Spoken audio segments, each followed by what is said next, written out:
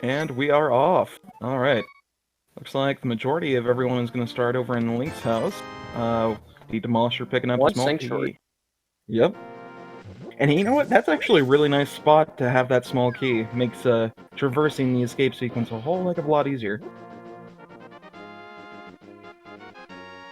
Gonna see what the tier 1 poll is in just a moment from every.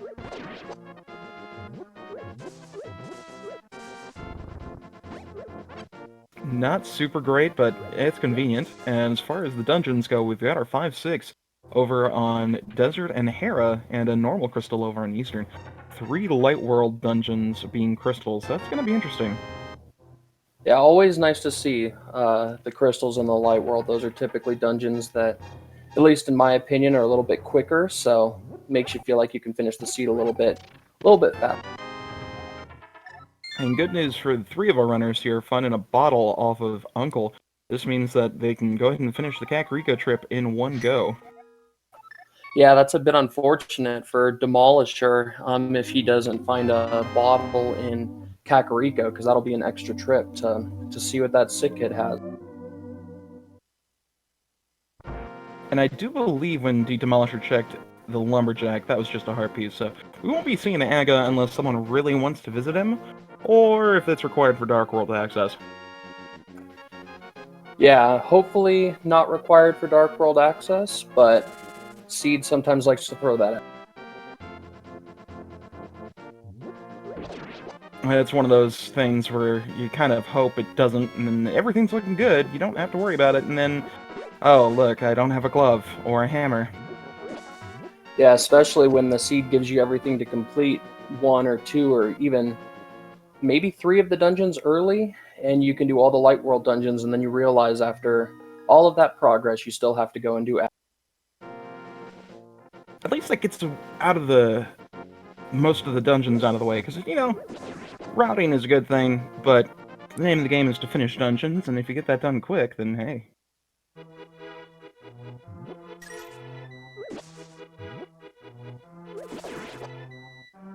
Finally getting ourselves some blind checks here. Looks like nothing but rupees so far. Got some bombs to refill, and... ooh, there's our lamp. That's a good start to our Aghanim recipe.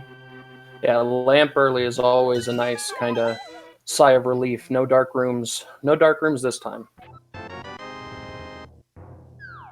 And I do believe those were flippers in the back there, so, Yep. very nice.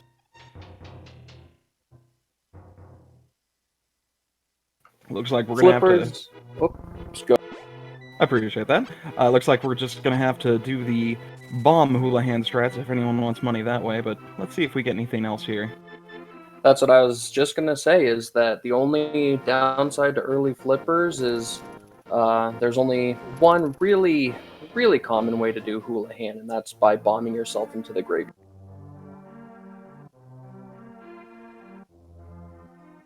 Speaking of Got bombs, the sword too. That's nice. pretty good start so far with Kakariko. Very convenient. And hello to everyone Enough joining. money for the. Oh yeah, bottle merch money is always a good thing this early on. Fortunately, just bombs.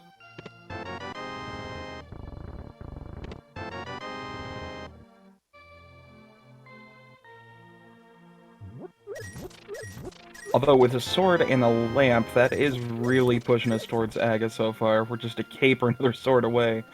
Let's hope we find some other progression elsewhere. Yeah, that's 2/3 of the puzzle. We'll see if anything else pushes the seed. Ooh, a moon pearl for Demolisher in the tavern. That's again a nice find, but still hinting towards Aga. You have that moon pearl now, so you can walk around in the dark world, and the flippers does get you some movement after you beat Aghanim. Now, if we do end up finding the hook shot fairly soon, that really is a recipe for, hey, go do Aga immediately. Yeah, and you wonder, how, if you find those items, how long do you put off Aga, hoping that you're going to find some sort of Dark World access, or do you just dive in and do it if you do find that? Exactly. It's a very tricky type of scenario to run through. Do you waste the 5 minutes climbing an Aga Tower and just get that out of the way in the hopes that's required? Or do you spend 15 minutes clearing the rest of the world, then realizing, I gotta do it anyway? Well, we're still waiting to see. I'm assuming that we'll probably see some South Light World check. Oh yeah, with that sword, many Moldorm Cave is gonna be a cinch. We got tons of items down there. Maybe Uncle and Escape, actually, from Demolisher first. Oh, that is true. We've got that sword and the lamp. Since he's got that small key, he can go ahead and clear all of the escape sequence. And since he didn't come back first, we saw that on the other three runners, Sick Kid did not have anything of use, but D Demolish doesn't know that. I wonder if he's going to take the trip back to Sick Kid immediately. In a perfect world, you would hopefully find Flute somewhere so you could route those two together, but yeah, we'll have to see if he decides to, gamble on Sick Kid having nothing, or if he's going to jump.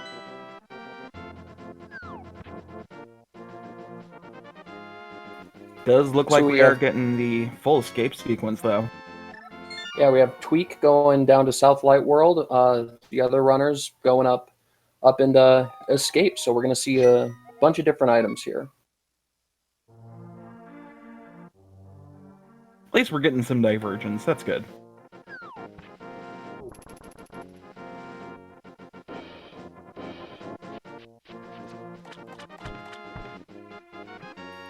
I do have to say, I don't think I've ever seen a video of the Pac-Man sprite. I'm a pretty big fan of it, of the little ghost there. I don't know all the ghost names, but I do like that sprite. I believe that one is Clyde, I want to say.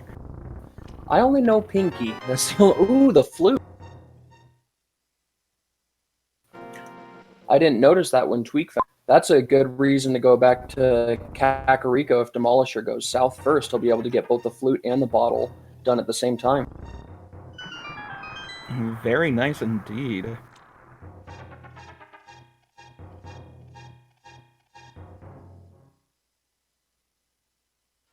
So far, just a lot of more blue things. So the hash, apparently the hash was going ahead and giving us a little bit of a hint towards what we're finding.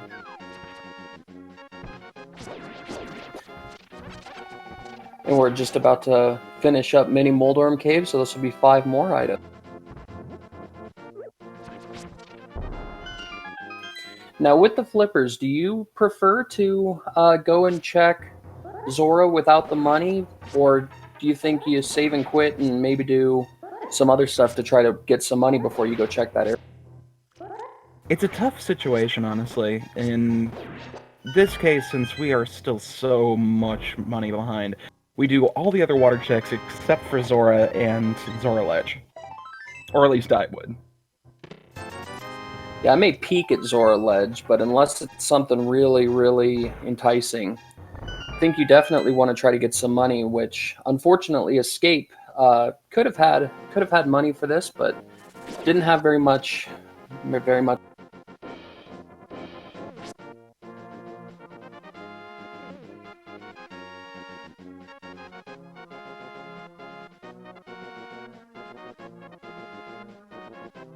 Yeah, it looks like we just had a little bit of lag, but we are back.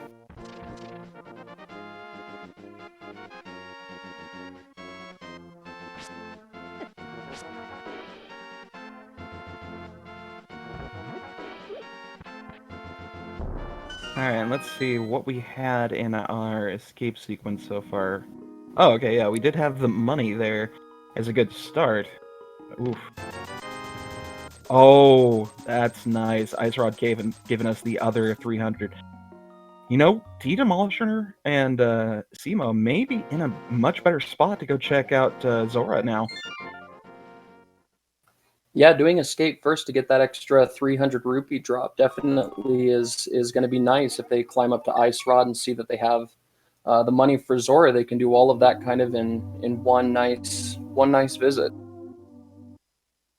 Oh, and that was actually something we missed since my feed just kind of went a little bonkers. It looks like we had Glove over on the Hobo, so with that Glove, and the hammer, as well as that Moon Pearl, Aga is 100% dead. We are good to go ahead and mosey over to the Dark World.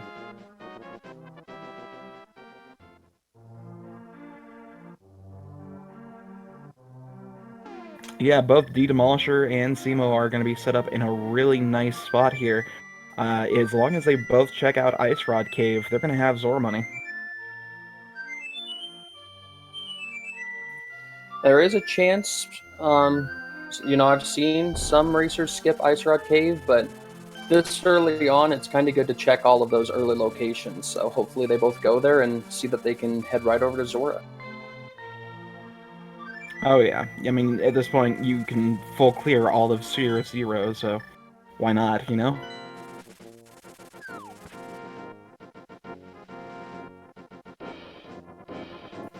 Have a couple of runners activating the flute now, and we are going to have a check of desert area. Very nice. That flute makes checking Agina a whole heck of a lot nicer. Oh, it's so much nicer to just have to walk this little short distance over to the cave instead of all the way from your house. Saves almost a good minute, yeah.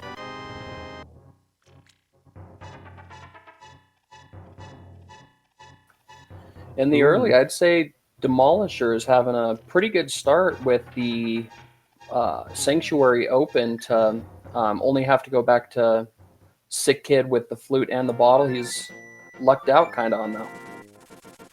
I'll say. Looks like Simo was about to go ahead and check out Ice Rod Cave, but then was like, oh wait, I've got flippers. No need.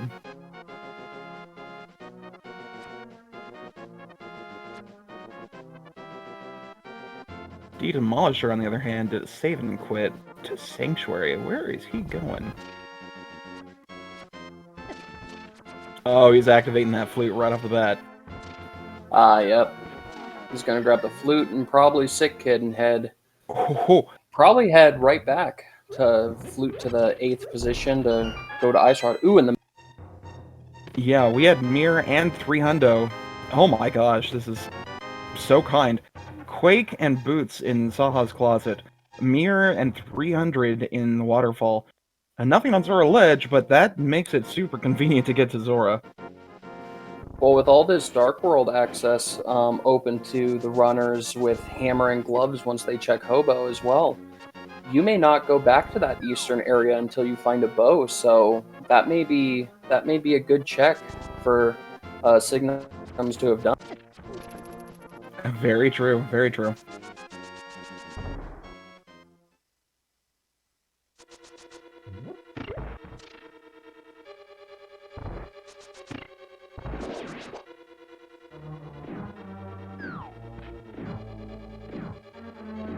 Well, we do have 2 of the 4 runners already in Dark World access. Signums has the boots, but does not have the glove or the hammer, where D-Demolisher has the hammer, but not the glove or the boots. Ooh, and going up to the mountain instead of going back to check those flipper locations. Very peculiar. Honestly, I wouldn't say I agree with this just as of yet, because with the glove and the Moon Pearl and the hammer, you've got so much more you can check. I really want to save Death Mountain for when I have at least a hookshot or the Titan's Mitts, or both. They do have the mirror, and Tower of Hera is a crystal dungeon, so maybe just prioritizing those crystals. Very true. Especially since that's a 5-6, that's one of the 2 important ones out of the way.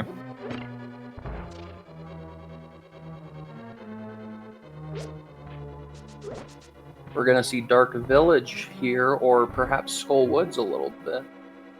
And with that Dark World map check, it looked like we had Swamp and Misery Mires are normal pendants. Our green was Skull Woods. So we won't have to worry about that flute being necessary, just a convenient item to have to traverse the area.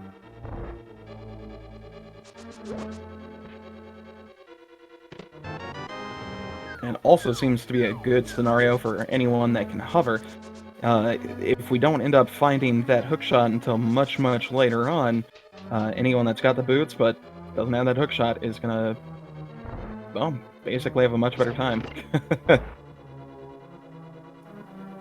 Yeah, for anyone who can hover, hats off. I've tried. I just can't get it. Oh god, it's so tough. The hardest part I've noticed, especially with people that can actually do it repeatedly, is that you need to find the best thing that works for you. If you can't find that groove, you ain't gonna get it. So we do have some Skull Woods. Ooh, the Master Sword in Skull Wood. Not a whole heck of a lot left for Signums in Eastern, so looks like that was kind of a waste of time for him, but at least we know for sure. I think that having a Eastern that you have to go back to, but finding boots along the way is something I'd be plenty happy with. Oh yeah, the time he's going to be saving just from having boots everywhere, that's going to be worth it. He may have lost like a good 3 minutes going through Eastern, but he's going to save a good 5 minutes just dashing everywhere.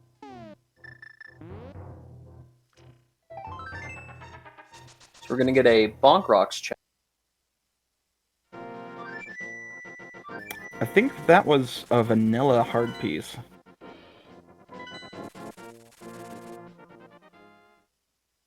It's been so long since I've played an MG, I honestly cannot remember.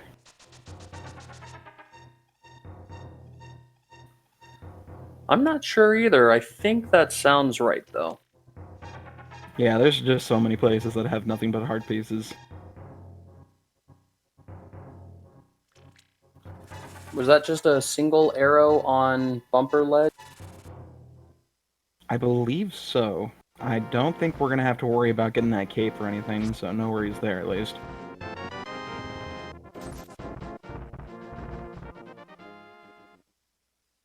And of course the old man giving you a nice tip in the form of a single rupee. Here comes Hammer Moldorm. Which honestly, I kind of prefer, instead of having to go with Master Sword spins. Just, Hammer feels so much better. I'm a big fan of the Hammer over the Master Sword. The hitbox for the Hammer is not always reliable, but once you get a feel for it, it does seem to be pretty helpful for that Moldorm fight. Exactly. Now, unfortunately, we didn't get any progressive items off of our wonderful Troll Dorm, but we did get the Red Boomerang, which, thankfully, due to the splash deletion technique, is actually a bit more useful than its partner, the wonderful Bloomerang.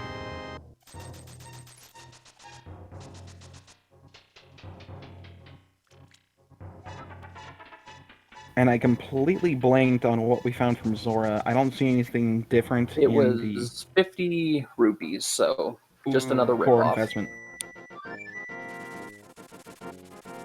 So no huge loss. The magic mirror is a plus for that area, though.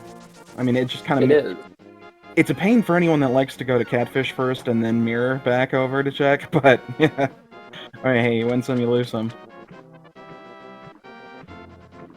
Yeah, I think if I had a nickel for every time I was able to route Catfish, ideally I'd have about 10 cents.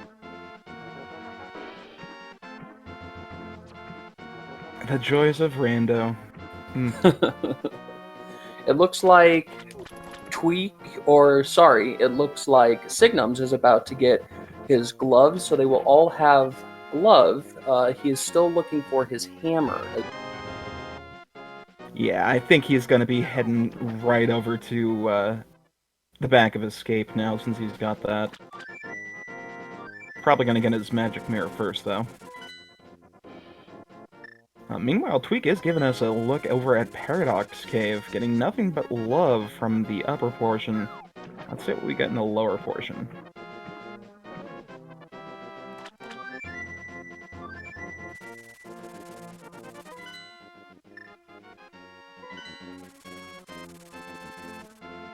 And welcome everyone from Speed Gaming 3. Thank you for joining us with the wonderful weekly Link to the Past Randomizer open seed. So far, nothing too crazy, except for that hook shot and Paradox. Ooh boy. Ooh, and the book is in Thieves Town. Alright, what I said earlier about not going over there without the hook, just ignore that. You know, with the hammer, that was a much cleaner kind of pickup. When we saw Tower of Hera before, I don't think he had the hammer. Maybe Nope. he did. Wait, maybe? Yeah, we'll find out. Oh, unfortunately, death in Thieves Town. Rip. Poor Signims, though, is not going to be very happy to find out that he just farmed those rupees for nothing. I mean, honestly, you don't want to make that gamble of, hey, there's going to be some money in the waterfall chest, because it's 2 out of 216. It's very, very low odds. But then again, you know, rando gonna rando. You always feel like you're making the, smart play, and then when that money is there, it makes you feel kind of like, just dang it. Yep, that's kind of the curse of randomizer. Yeah, it's fun, but there are times when it just...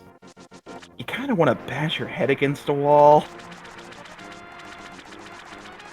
Oh, it definitely has the ability to throw things at you that make you feel like you have no idea what you're doing right after feeling like you just made the best play of your, entire...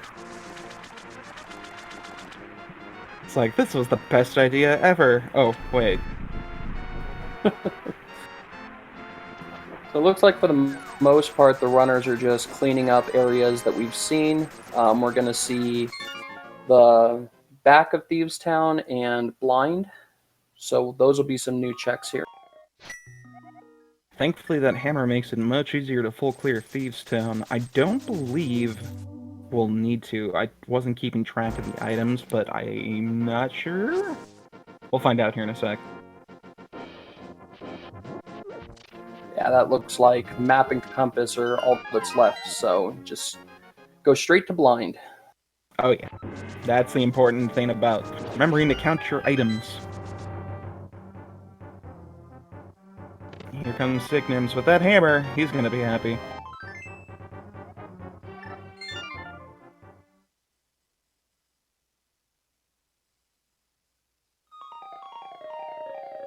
Oh, and that was a cane of Burna that we saw earlier too. That's nice. That'll make the Blind fight real comfortable for everybody. Oh yeah, that's the nice thing about Blind too. As long as you're not playing inverted speeds, he's kind of like the easy mode for beginners. As long as you have a cane of Burna or at least blue mail, it's one of those. Yeah, just keep practicing until you find something that works for him, or I guess against him. Or what is Blind? I'm always confused. Blind a monster, a maiden?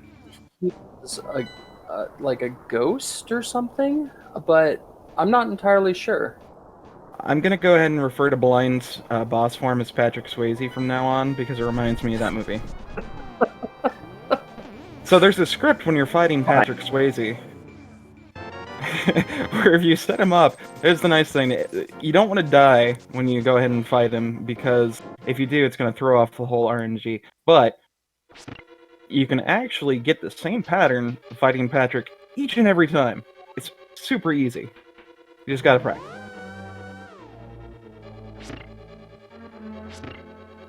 Yeah, that Blind fight, once you learn the first 2 phases, I still struggle on the 3rd phase sometime, but learning those first 2 phases helps immensely with that Blind fight, for sure. Ooh, and that's one of our medallions that we may possibly need. The nice thing about seeing an early Bombos right there is that not only does it help, take care of any possibility of needing any other medallion, but it also helps us gain access to Ice Palace if we don't find the Fire Rod. Because I've seen that happen much more frequently lately. And with the flippers, looks like just a Titan's Mints away from that potentially being a stop for the runners. Yep, and since we've got both a sword, the hammer, and the hookshot, that's 100% within logic right there.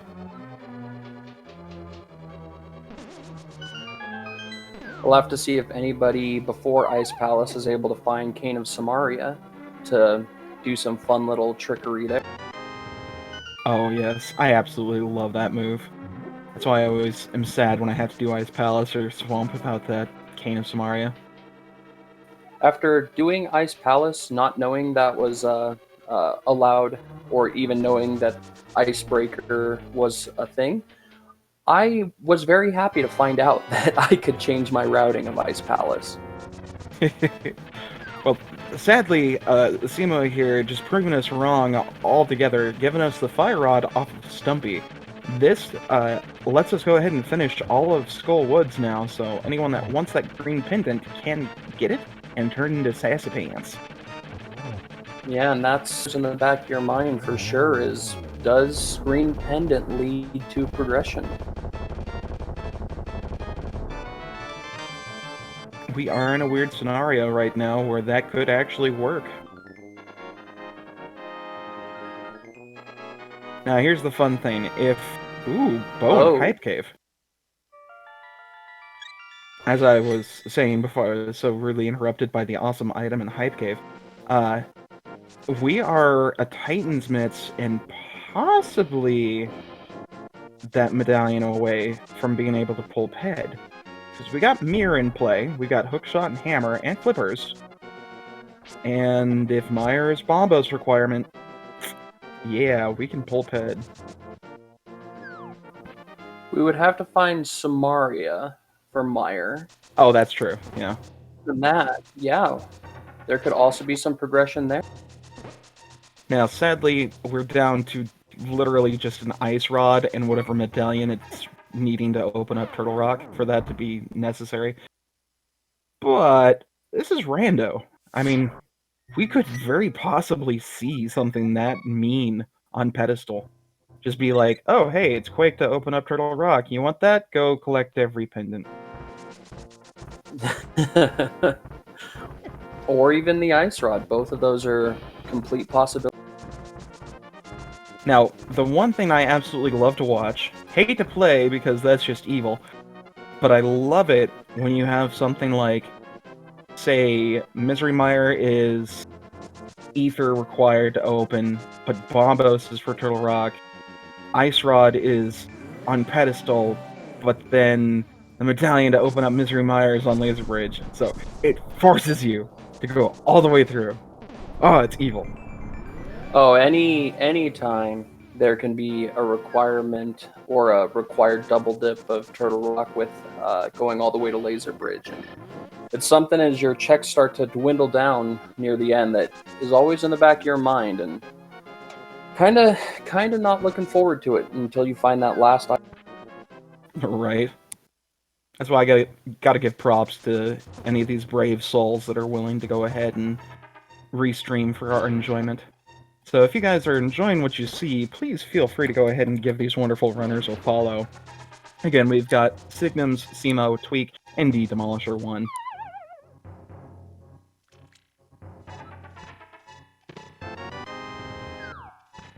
Now back to the fun action here. It looks like Simo is going to go ahead and give us the full use of this pod play. Since we do have the bow and the hammer, we can actually get that taken care of. Yeah, and going in there without checking or mirror. Oh, does he not have the mirror? He doesn't have the mirror. I was going to say he didn't check Sahasrala's hut, but it appears that he's missing the mirror to have done that along the way. Yep, I think he decided not to go check out Waterfall Ferry because he didn't have enough money. Well, for the Zora, I mean. Well, No, earlier yeah. about the whole catfish thing I was saying? Yeah, Simo may be doing that. For the other runners, it might be nice if they decide to mirror before they go into pod to find those boots. Oh, yeah.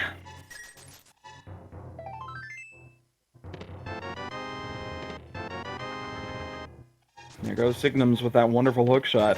Unfortunately, already completing Tower of Hera, so can't really use that for the Hera pot. Looks like he's just going to go ahead and do a save and quit instead of fluting anywhere. So I'm wondering where he's going to go from here.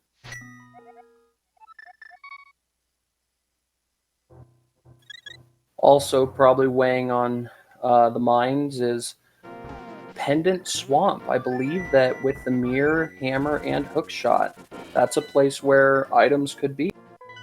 Yeah, that is also 100% clearable now. And there are 6 possible items in there. That's not exactly a fun thing to go for.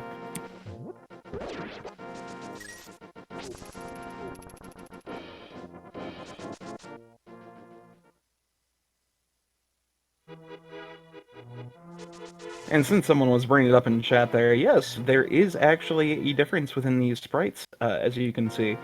Signums in the top left is playing our wonderful ghosty Clyde boy, where Simo is playing our lesser favorite Mario brother, Luigi.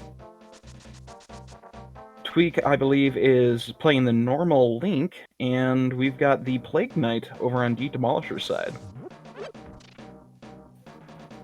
Yeah, that's a great thing about this is there's so many different sprites to play with, and they're all so good. They're so well done. Oh yeah, I mean, I've got one buddy that's working on getting a sprite introduced, and I'm hoping he's able to go ahead and get everything completed, because, oh, it's going to be cool.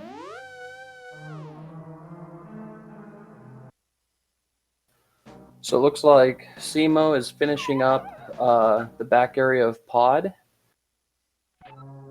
Unfortunately, he does find silvers, but unfortunately he does not have a mirror, so no mirror back to the entrance to go to Helmet. It does look like he's setting up that Death Warp, though, because he intentionally got hit a couple of times. And let's see what he does. Oh, thank God that wasn't a full health refill. That would have been unfortunate, but finding silvers is always a nice breath of relief and let you know that that Ganon fight won't be as bad as it could be. And there we go, got the Death Warp. Alright. Now, interesting thing that we're seeing over on the bottom left side, Tweak is giving us a desert play. Since we know it's, well, it is boots locked. Yeah, the only one that's gotten boots so far is Signums.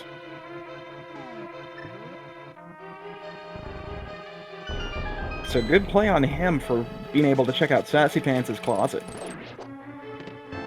Interesting play to go to desert when you had the bow available to you to go over and check the Palace of Darkness and Eastern Palace area.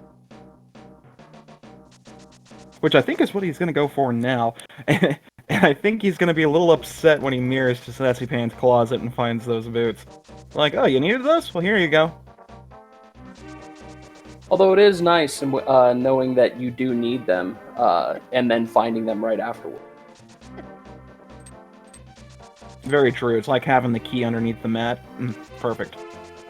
I'm a little upset that you didn't go there first, but hey, at least you found the item you need.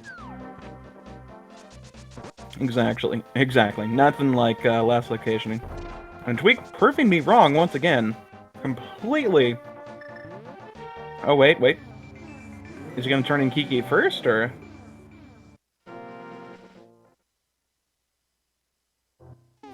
It looks like the plan is maybe to do both dungeons and then Sahashala after. Yeah, looks like that is the case. I mean, it's not going to hurt him too bad, but... eh. Having boots in Palace of Darkness is nice for that one little bonk that you can do on the stairs after you finish the bow-locked side, but outside of that, it's not... Here we go. Signum's putting those boots to good use. Getting us a very nice early King's Tomb check. Unfortunately, it's nothing. Demolisher finishing up that wonderful Patrick Swayze fight, and Simo is fighting our Helmasaur. Having silvers, just one shot of the silver arrows right to the little gem on his head, and he'll go down. Who would have thought that getting hit in your weak spot would be a bad thing?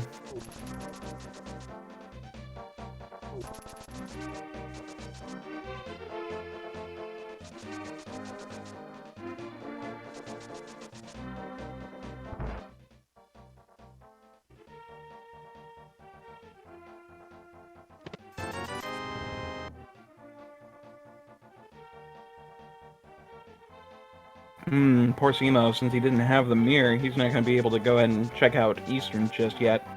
But hopefully he will fly over there, pick up the boots from Sassy Pants, and then go finish that up. It looks like he is heading that.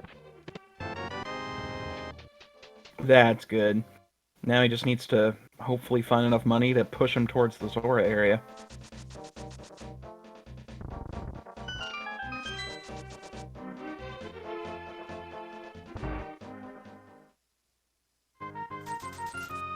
Yeah, so far I gotta say, we've been seeing a decent amount of routing for these guys. Almost everyone is at 2 crystals so far. We've got a darn good amount of progression for just being 35 minutes in. Quite literally, we're just Titan's Mitts, Kane, and Ice Rod away from no mode. Yeah, everybody is taking very different paths, but they're all kind of at the same spot. They're all right around that 2 crystal mark and pretty similar items. The boots for Signums was a big find early. The other runners will probably be stumbling across those pretty soon. Yeah, I got to say, I actually agree with how Signum's routed a lot of the things here since he got those boots extras early. Even though he technically is a dungeon behind everyone else, I'd say he's actually a little bit ahead in the long run because he's done a lot more in terms of overworld checks than the others have. And because of that, he's going to have a leg up when it comes to basically knowing what not to check for those last items that he needs.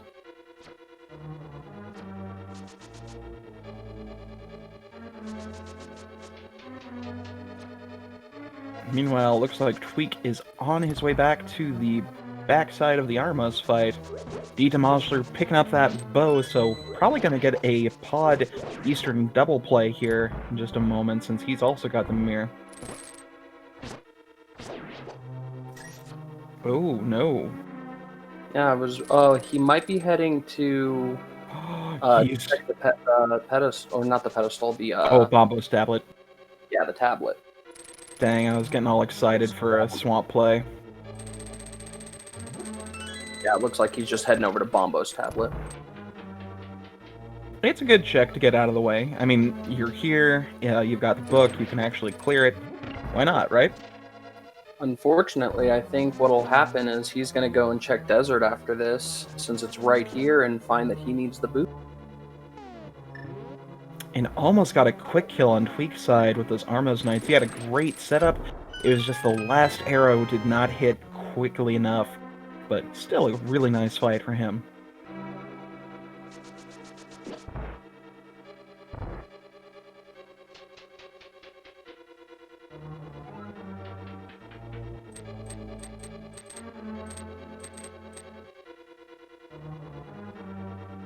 Now Tweak is going to go ahead and pop into Pod, go ahead and find those silvers and take down Helmasaur for us.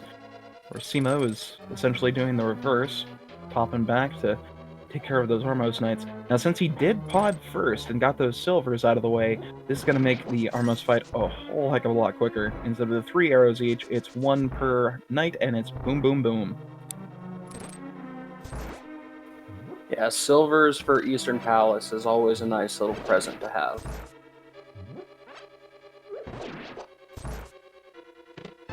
Oh, and welcome everyone from Speed Gaming 2. You've made it just in time to see some awesome boss fighting with our top right player, Simo. So far, we are a Titan's Mitts, an Ice Rod, and a Kane away from no mode, quite possibly, as long as Turtle Rock does not want to be rude and demand ether.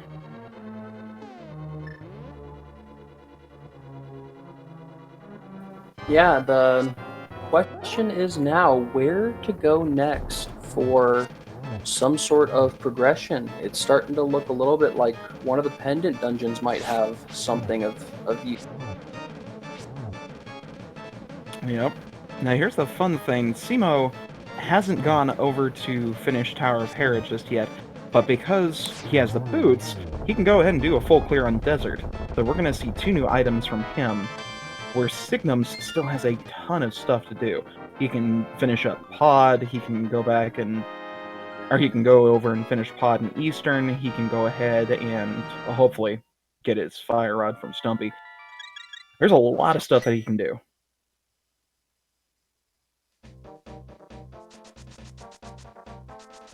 Unfortunately, Demolisher getting hit and losing his little buddy. Silly little extortionist.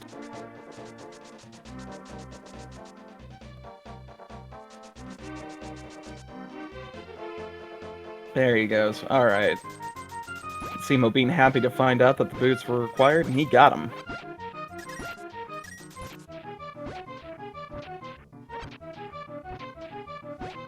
Now let's see, we've got 2 items left. This is going to be the small key in the big chest. I wonder if the seed is going to be nice and give us both items on the right side, or if we're going to have to wait until land mode to find out what our last Desert Palace item is.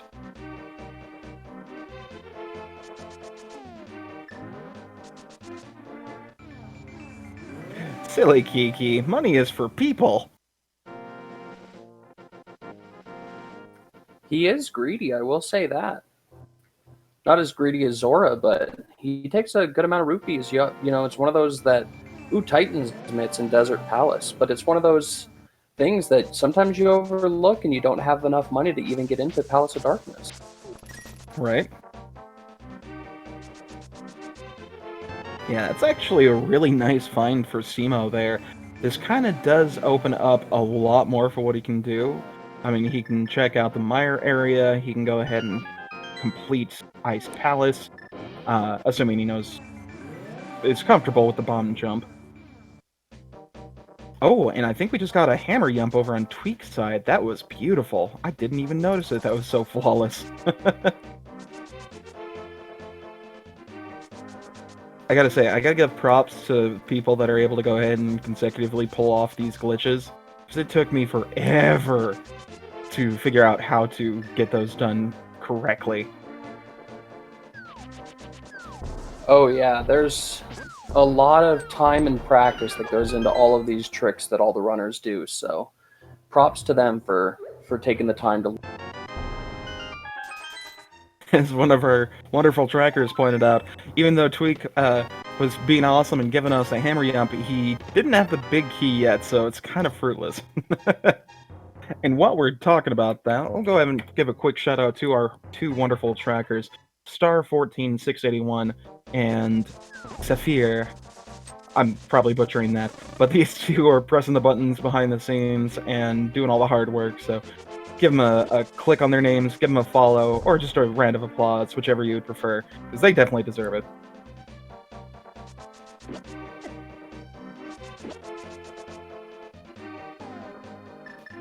Alright, so we're gonna see the end of Desert here and where Simo wants to go after finding those Titans, man. That was a really clean Landmo fight, I gotta say. Good on him. Being rewarded with that cape, not necessary, but you know, it's good to have convenience.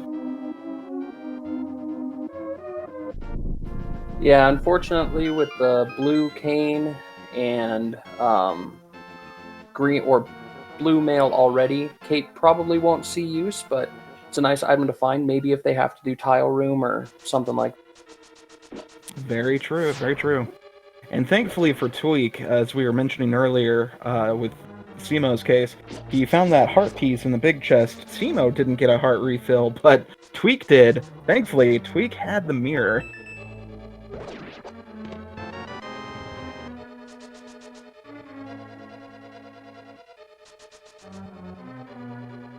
We can see Simo doing some of those checks as a pretty nice Armos fight goes down for Demolisher. So Simo's checking some of the areas that Signums did earlier, and other racers just finishing up the dungeons.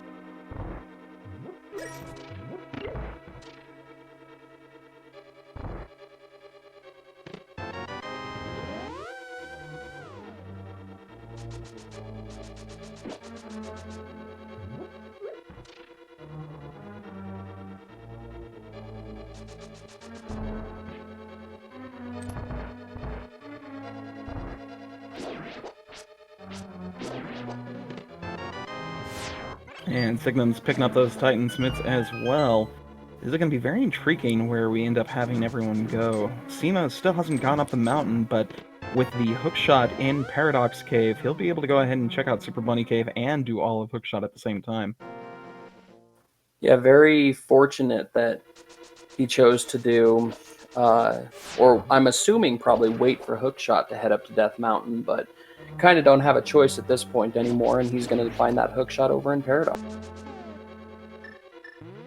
Yeah, and honestly, this is going to work out a little bit better for him, because if he lucks out and finds the cane, and we end up having the right medallion, he could also go ahead and check out what we've got over on Turtle Rock. Yeah, we'll probably see what our Turtle Rock medallion is. Unfortunately, does not have the mirror, so can't check that first and then do some of the Light World Death Mountain checks, but should still be able to see everything except for getting the Mirror Island item, which I believe was just a little bit of money. Ooh, Helmasaur not being kind for Tweak there. Just want to get out of the way instead of letting us shooting him in the face.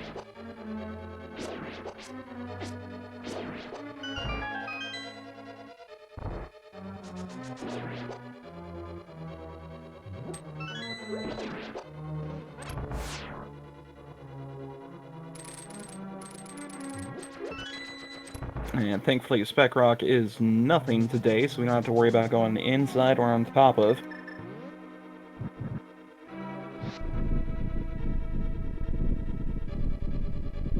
Oh, and Simo has not done Tower of Hera yet, so he can get that done, obviously, because he hasn't gone up the mountain, so he can get that done, as well as check Spike Cave while he's here.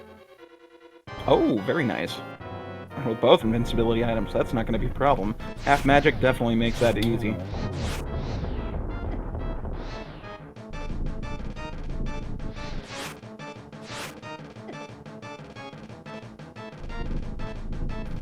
See if there's a save and quit here, or if it's speed. Oh, looks like a save and quit.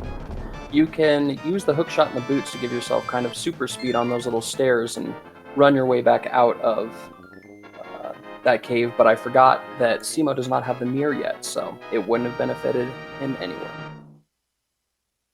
Yeah, this is the intriguing part. Because he doesn't have that mirror, he can't get over to Paradox. He needs to go grab himself that mirror off of the waterfall. I didn't even think about that until just now, but you're exactly right. And it looks like that's the area that he's heading now, so he'll find that mirror shortly. And it looks like Tweak.exe has force closed. I believe he's just checking over his tracker to find out what's going on. Where does he need to go?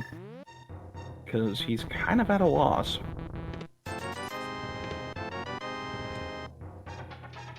Ooh, picking up another bottle in the Myers shed. That's a nice one there. And it did look like we're needing Quake for Misery Mire. So, yeah, I mean, we can go ahead and open it up, check it, and see if we get lucky and find the cane there, we can pull bed.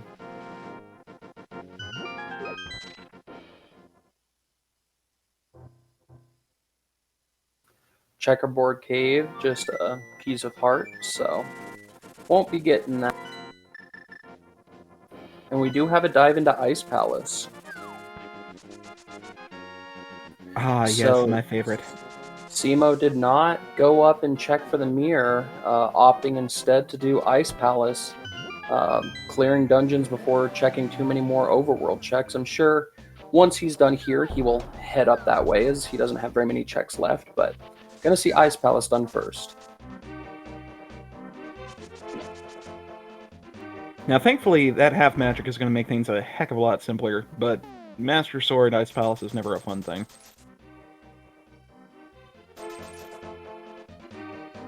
Ooh, and we're getting our first check at the Pyramid Fairy since we've already got those 5-6 crystals out of the way. Hot dog. You know, that's something that always weighs on my mind when I play. If the game, if the logic sets it up to where those two crystals are early and you can beat them both, I always have it in my head that, maybe it wants me to go and check those two items out in the pyramid.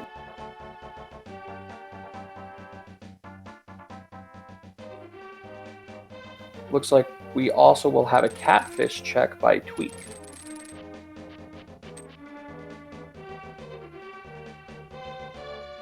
Alright, let's see which one pays off for us. Nothing on Catfish's side.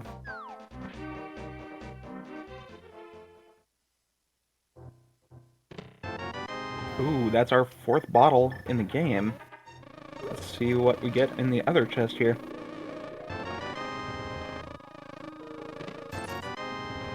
And surprise, it's money.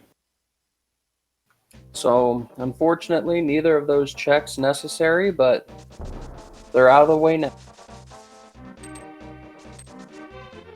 Oh, good. Tweak is heading...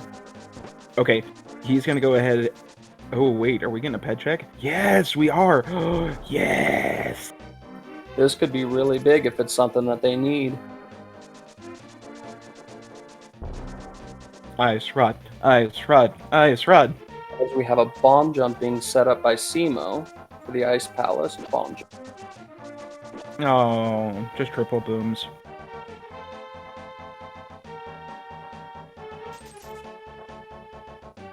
So, Ped be dead. Ooh, unfortunately, Simo dying while doing Ice Palace bomb jump. Oof.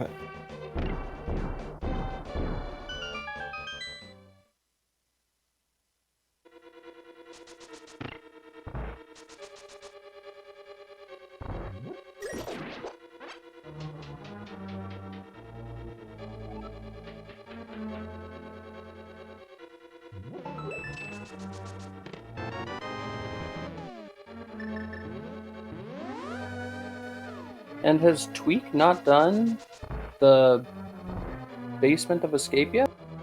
Nope, he never did the front. Because he ended up getting the glove off of Hobo first, he only went through the back of Escape.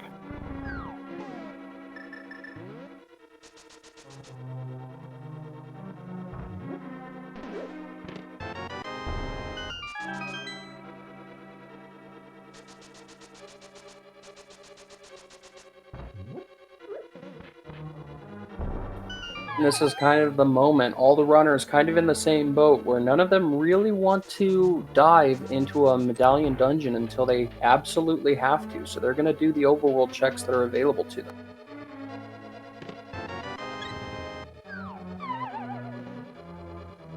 Yeah, that's when you gotta stop and think, what's better? Going out of your way to check out a 1 or 2 chest spot in the overworld? Or just biting the bullet and going into a pendant dungeon?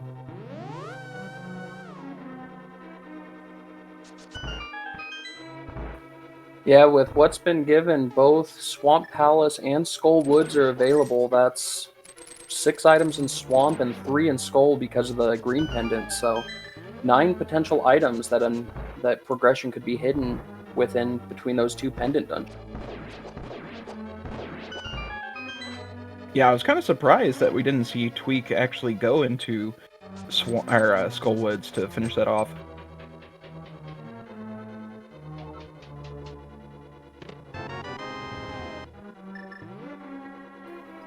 It's one of those dungeons that can be, not a problem at all or not fun at all. With a fighter sword, fighting Mothula isn't super ideal. You'd like to have at least a master sword, so I could see putting it off for a little while, trying to find a better sword. You do have Fire Rod, but nobody has gone there. And Simo was able to go ahead and get that Ice Palace bomb jump out of the way, so he is good there. Just gotta make sure not to get hit too much.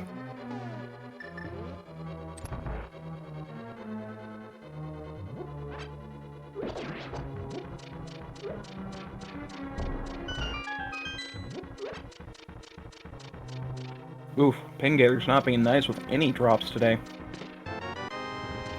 Yeah, that's a bit unfortunate. Quite often you'll see a lot of hearts and magic or bombs coming out of those, but not today.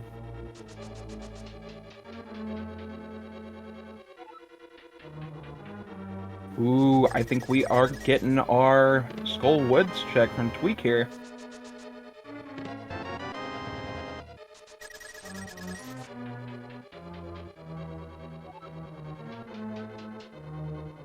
You know, Tweak has not done Sahasrala. I never pronounce his name right, but he's never done that area. He doesn't have his boots, so if he finishes Green Pendant, he can do all of that in one check or in one visit. That would be good for him.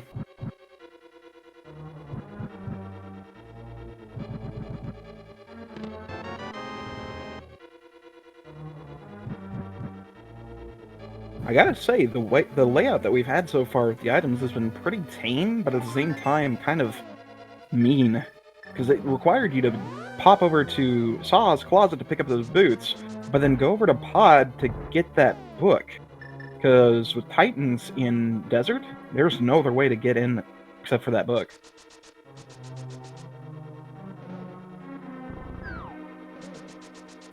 Yeah, and there's also been a lot of variation, a lot of openness to this seed. There's a lot of different routes that all the runners have taken. So, plenty of options and plenty of decisions to make.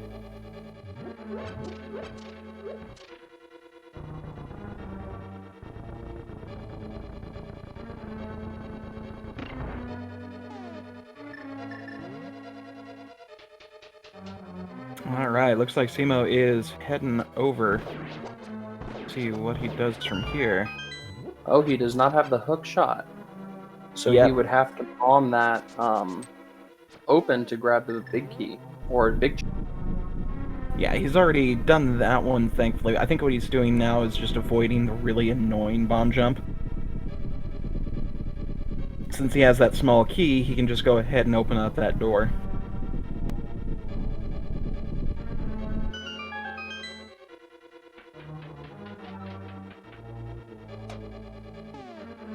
And there's D-Demolisher picking up his Titan's mitts.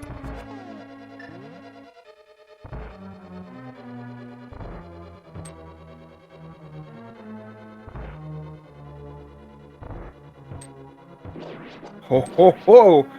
That is a mean place to have the cane. Guaranteed that no one is ever going to be able to do Icebreaker today. Oof.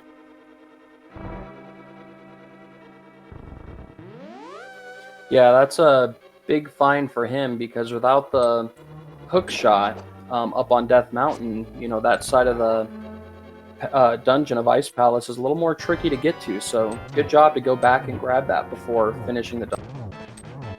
Definitely.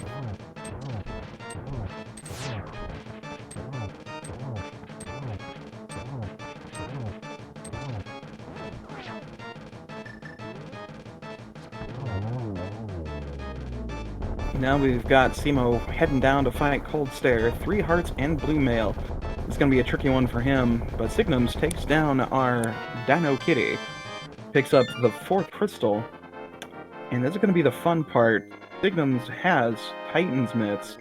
I'm pretty certain that he's going to go ahead and just mirror and take out the Armos Knights before going anywhere else, but Ice Palace seems like the best play going forward here, because if Turtle Rock is not either required, we are just that Ice Rod away.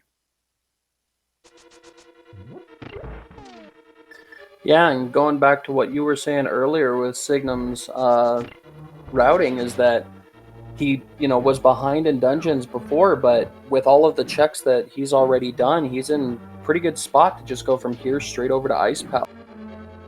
Exactly. And Tweak finally finding those boots. Not too happy about it.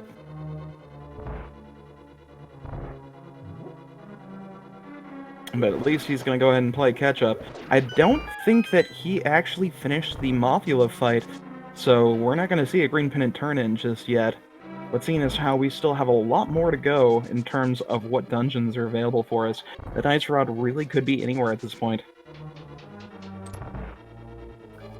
And a good fight in Ice Palace using the Fire Rod to kill the little puffballs. That'll finish that dungeon. Very, very nice. Now, all we have to do is wait for Simo to head over to the Waterfall Ferry. Unfortunately, he doesn't have the mirror, so he can't actually go from this area to it. but a save and quit and then spawning over at Link's house should get us on the right path.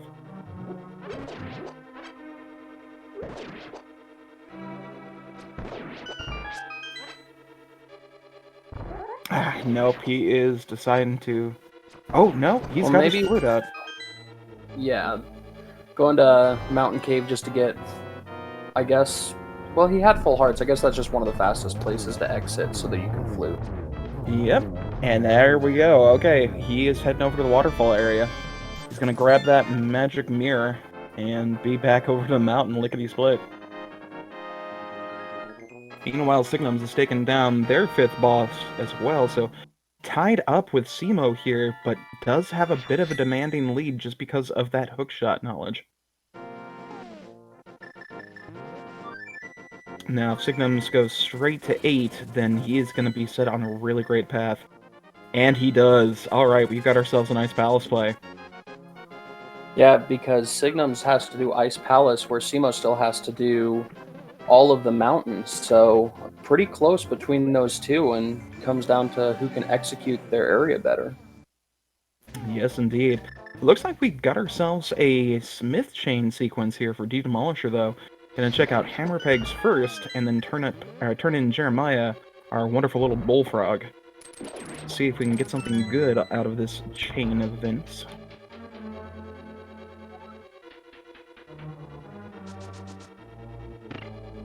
First one, just money under the ground. Let's see if we get lucky with the blacksmith turn-in.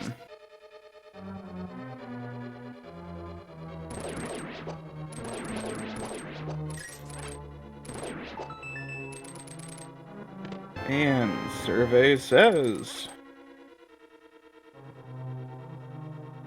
It's blue, but not the blue we're looking for.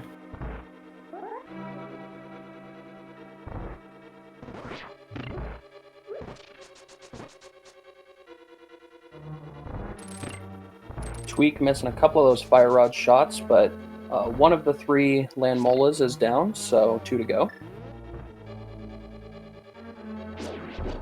One last one to go, and that'll be the land fishes out of the way. Very well done. That fire rod, using the fire rod for that fight is not as easy as it looks. It's very, very kind of specific timing to start it off, and if you get off on your timing at all, it can easily turn into a couple of missed shots.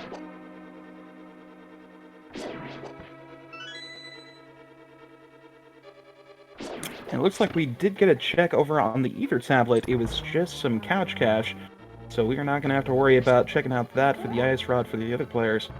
However, we are still pretty much looking for that Ice Rod. We've got all of Dark Death Mountain available, so we've got our Hookshot Cave, our Super Bunny Cave, Turtle Rock leading up to Trinex himself, as well as Mimic Cave.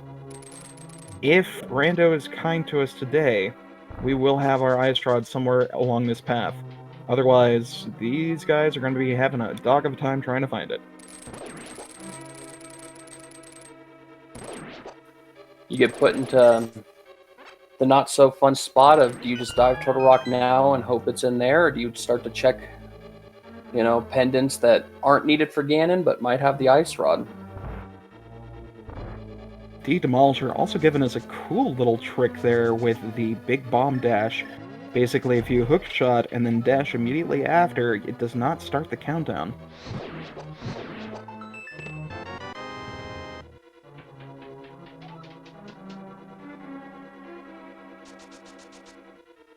Looks like Tweak is heading into Ice Palace as well, so he will be right behind Signums.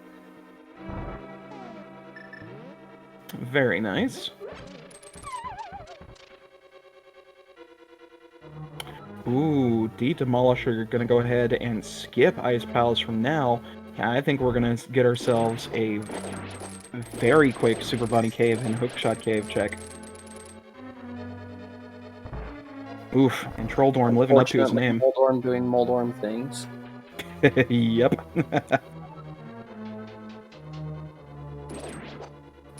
It's one of the weirdest fights in the game, I think, for me personally, because sometimes you go in there and he just behaves and it's such a nice, quick fight, and other times he just has nothing else on his mind other than to throw you off his little platform. Right?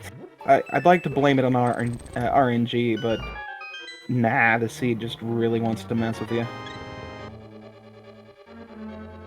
Good job with the fast Moldorm there. Real easy to get knocked off, so good job by Simo to finish that fight up.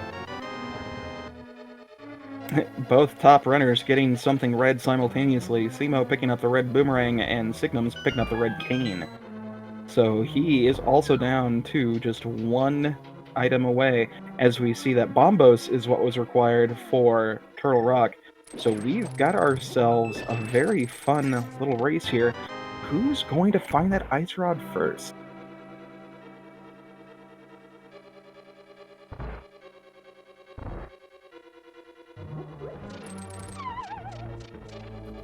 Demolish first look into Super Bunny Cave and Hookshot Cave to see if it's in here. It's a total of 6 items between the two, so hopefully we will find it. Hard piece in the first chest, 10 arrows in the second, so Super Bunny is null and void.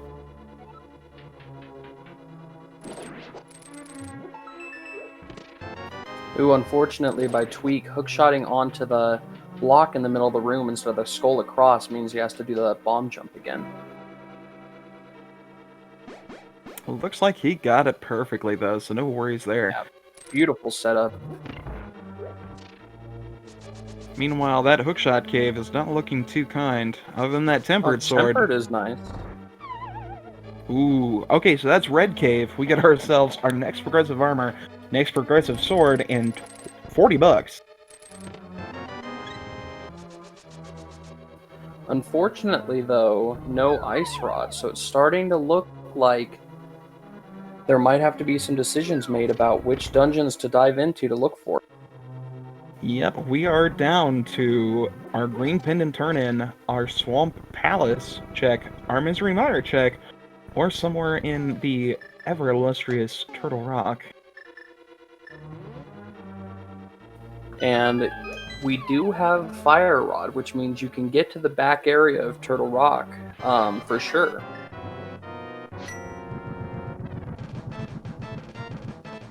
Nothing like having to go through hoops to find your ice rod.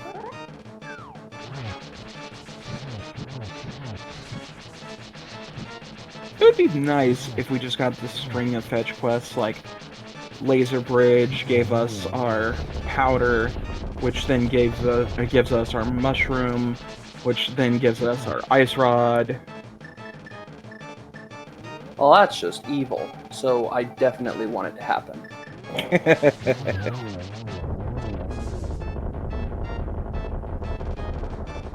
We'll have to see if anybody chooses to jump into Turtle Rock. Simo might, after doing these other checks, take a look.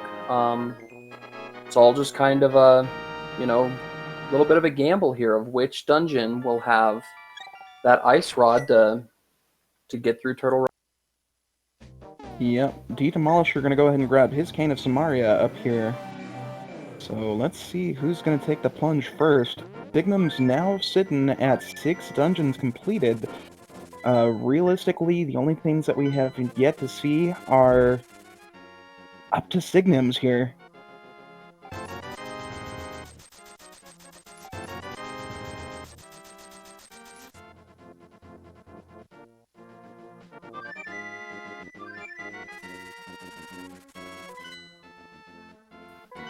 And Signums will probably check the Dark Death Mountain area, and then we'll see our new checks. We'll see what the runners decide to do. Yep, we're getting down to the wire. Pretty much gonna be a race between whoever finds that ice rod first.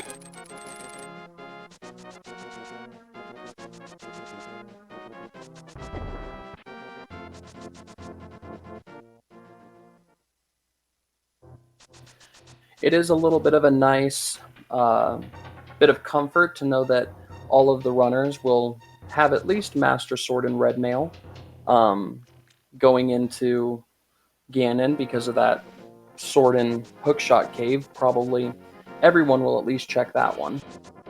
Oh yeah. And since everyone's got silvers at this point, this is not going to be a difficult Ganon at all. We do have a check into Turtle Rock.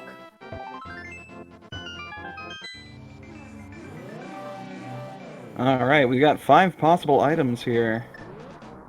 Or is it 4? I can never remember. I believe it's 5 and Mimic Cave, so I thought it was 6, but I could... Gotta stop and go through my head. 3, 2, 2. 4.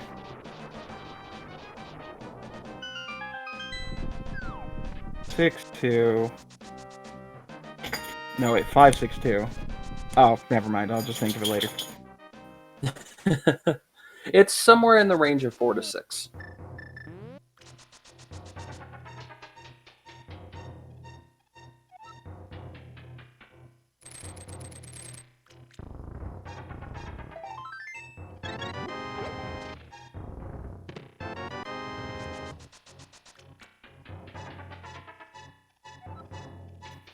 Using the blue cane nicely to just run right through that roller rim.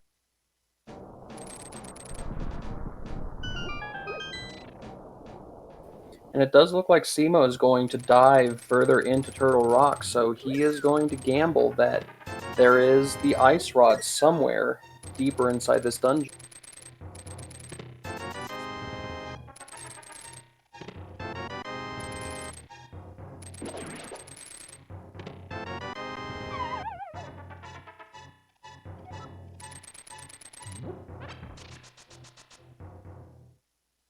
Had to pull up the tracker real quick to check and see. Let's see.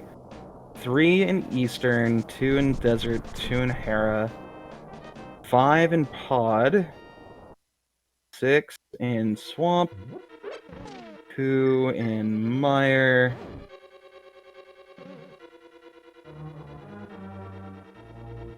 Turtle Rock, where are you?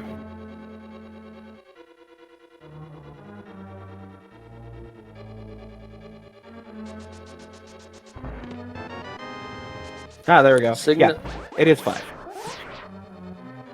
Signums is well deciding to jump into Turtle Rock and gamble that the randomizer has not decided to throw them any curveballs and that everything will be in Crystal Dungeons. So we'll see if that play pays out for both of them.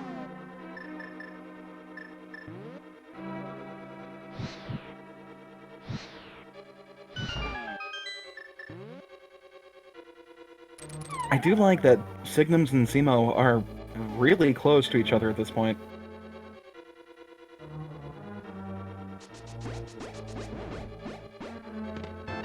I gotta give him props for making this a really close match. Yeah, between the two of them, it's a toss-up. You know, this is an amount of time difference that's easily, you know, able to be swapped within Ganon's tower if Ice Rod is here, and if it's not, they could choose different routes for pendant dungeons. So we have a pretty good down to the wire coming up between the top 2 runners up there. Let's see what we got in Mimic Cave. It is a single rupee. So exciting. And Signum's doing a really cool trick there. If you put the Cane of Samaria block right by that first switch and then release it, you can go down and push the block open to get the chest to appear in Chain Chomp Room, and the other beam of the Samaria block will go and hit the other side and let you right back up. Yep, gives you a nice little bit of invincibility.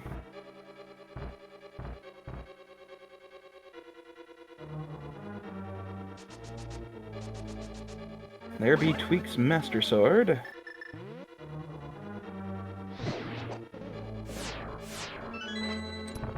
And there be D Demolisher's 6th Crystal.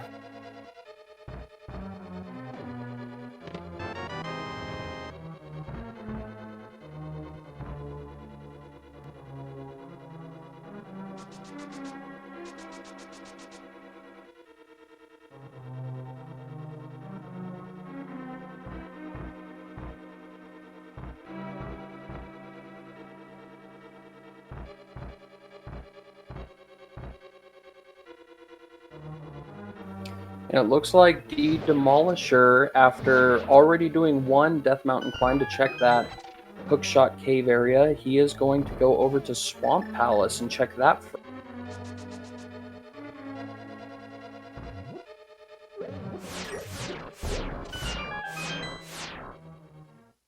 Which it looks like there is no Ice Rod in Turtle Rock, so this could be a really big play for D Demolisher to get back into the race.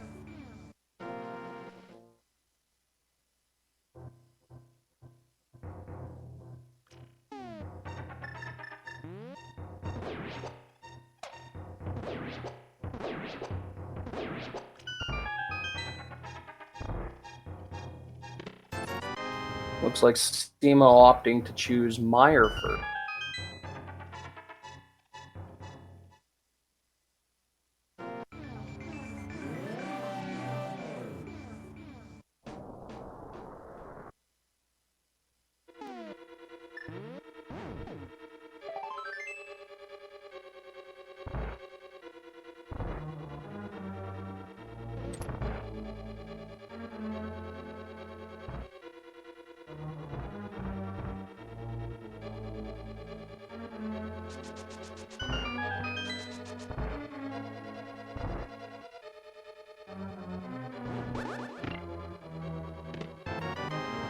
Meyer is only 2 items, however, you can do it relatively quickly with the Fire Rod. We'll see if Steamo chooses to do Cutscene Chest or not.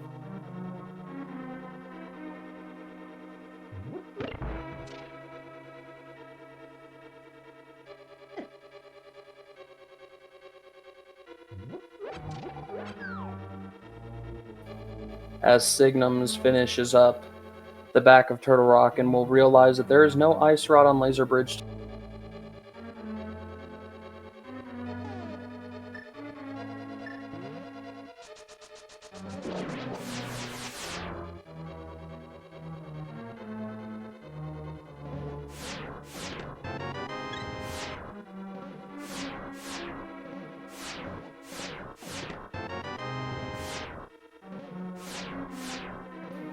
We're about to see some more of the chests in Swamp.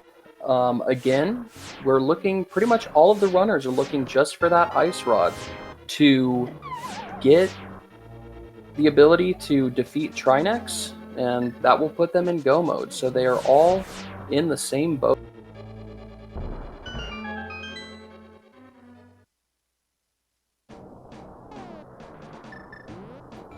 And with Cane of Samaria, we might see D Demolisher do a nice little trick here to get this a little bit quicker.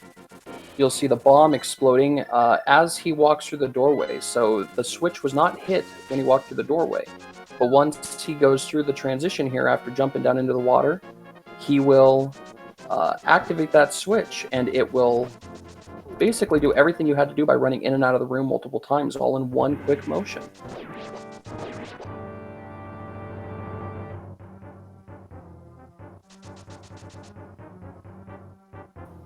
You'll see the switch is now hit, and he can go and do left side swamp.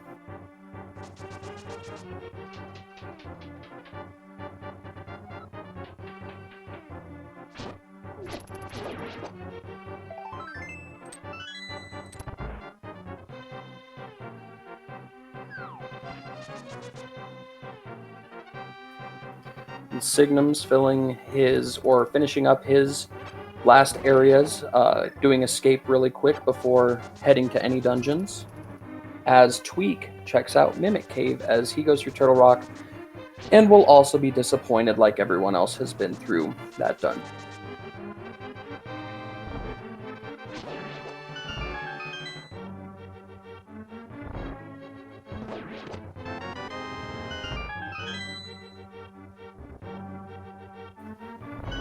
Ether, but unfortunately not going to be useful this run.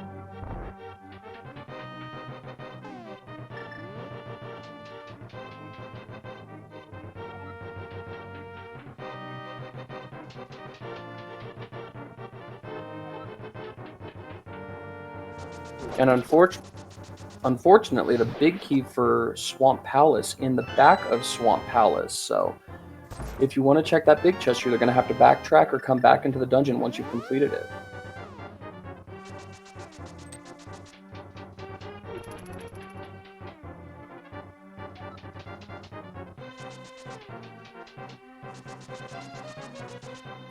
So you de-demolisher, do the same little trick again to jump down into the water. Ooh, and a butter sword. That'll be nice for the Ganon Tower climb.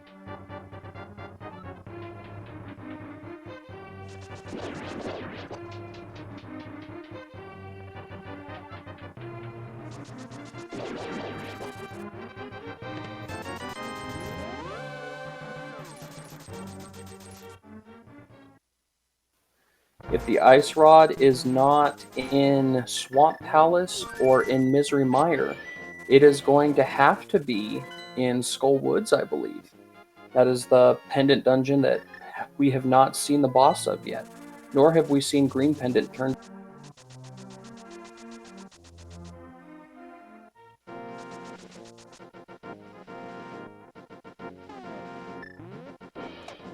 Alrighty, I have returned. Sorry for that absence. Oh my, looks like people are still searching for that ice rod. Yeah, we've seen all of Skull Woods, all of Swamp Palace, and we're on the bosses now. We'll see if either of these bosses has an Ice Rod. Woof. Look at that, we got Mushroom on Magic Pat. We may actually have my fetch quest stream.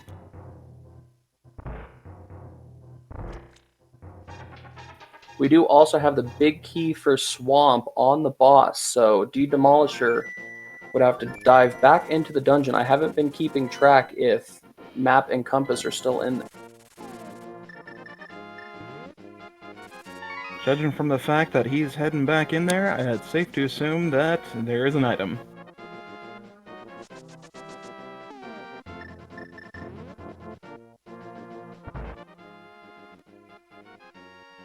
And there it is.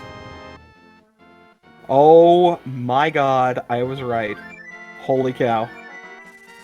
You called that a long time ago.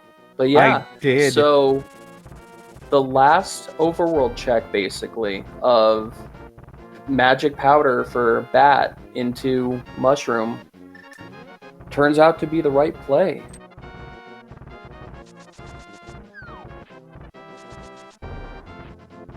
Ooh boy.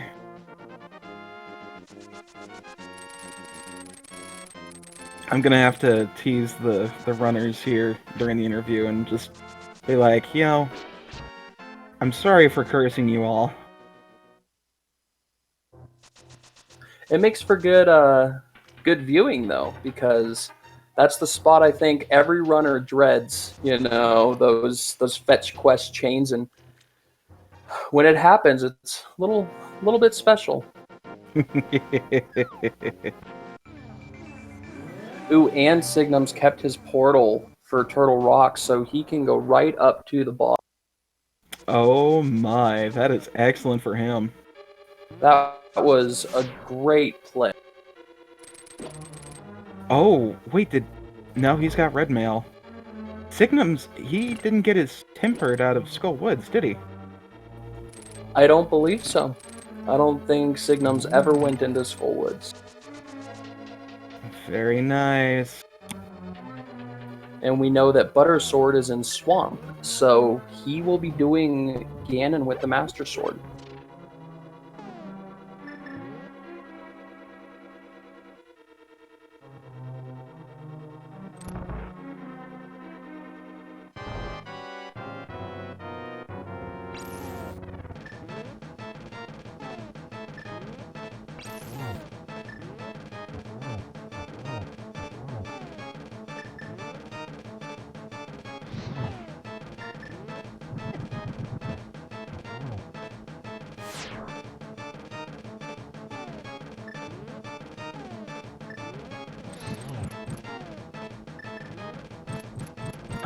Not taking the risk with that half magic. He's just gonna go ahead and use the hammer strats.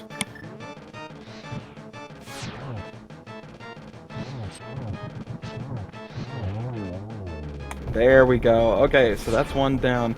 Funny enough, with have magic, this makes it a whole lot simpler. But you can actually go ahead and, as long as you've got a full magic meter and don't miss a shot, you can use just the Master Sword with a normal amount of magic to beat these guys. And luckily, they have at least one blue potion, so not much concern going into this Trinex fight. Oh, looks like Tweak is going to go ahead and get his mushroom here shortly. Let's hope he follows up with that mushroom turn-in. It's quite interesting because that's such a big play, you know, choosing to do pendant dungeons, you have a lot more items there, but it's randomizer, and when you only need that one location, it can be... Yep. Alright, well, we have ourselves our 7th and final crystal for Signums. And you know what that means, folks. It is time to get your guesses in for the GT Big Key guessing game. Unfortunately, we don't have a bot, so no points are going to be awarded, but definitely we'll be getting some bragging rights. So pop in a number between 1 and 22 as to where you believe that big key will be.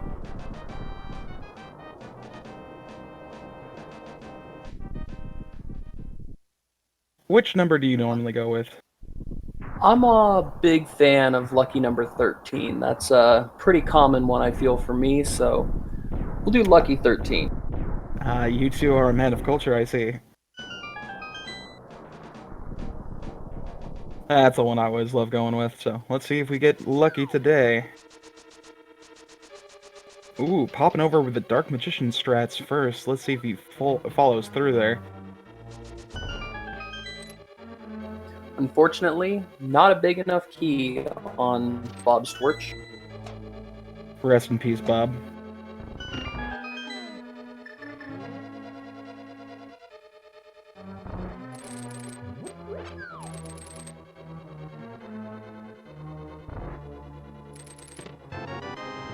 Number 2 is just some blueberries. Number 3, some arrow refills.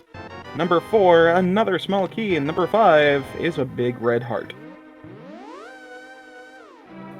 And it looks like they will follow through, and they will now do right side.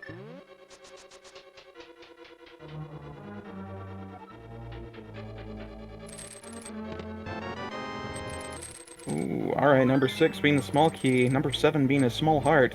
So we are looking at the Dark Magician strats so far. Let's see if he goes ahead and skips Tile Room.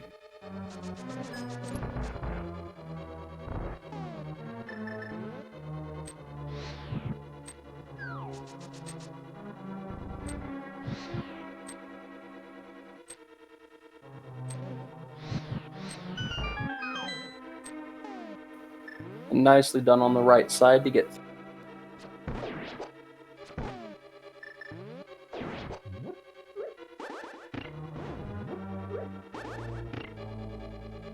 And we're coming up on number 8, 9, 10, 11. 8, it's just more arrows. 9 is money, 10 is money, 11 is a map.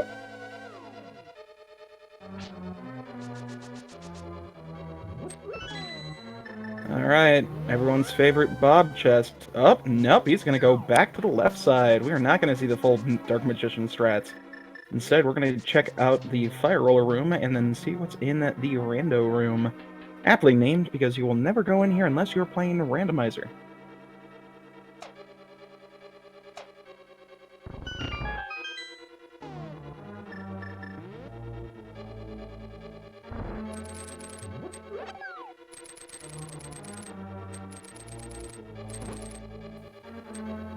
Alright, so check number 12 coming on up.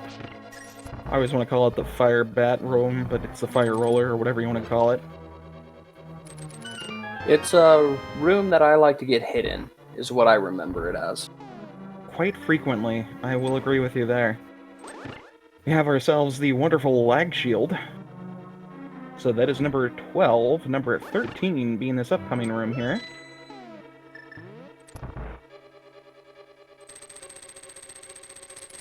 Simo getting their butter sword as well, so they will not have any difficulties going up the tower.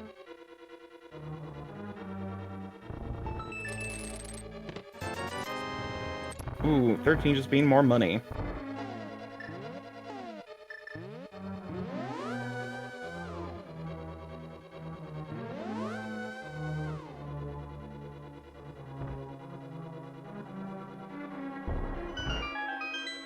Now, for everyone else, it's just a matter of how long do you take to check Magic Bat.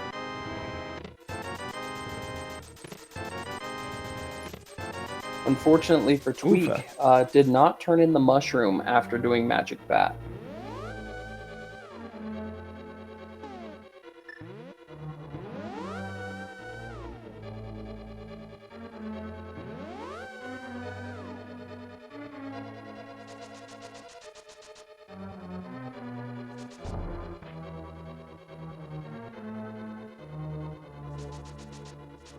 Alright, well, we're coming up on Bob's wonderful chest here.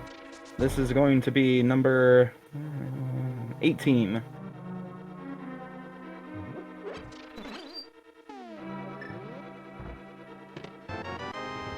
Nope. So coming up on 19, 20, and 21, let us see if it is going to be in its vanilla location.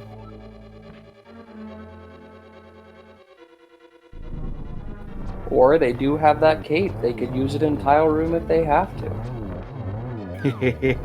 Tile room.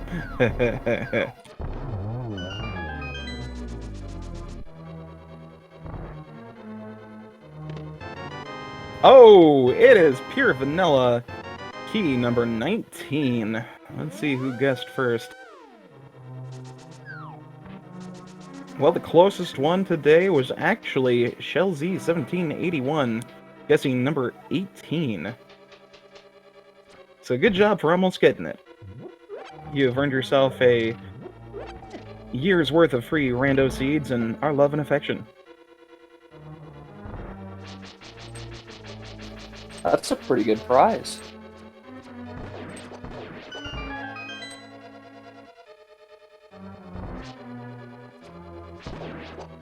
It looks like we're gonna have a climb up the tower, and then Signums will sit knowing that he made the right choice with that mushroom play, and everyone else will just say Rando's gonna ran.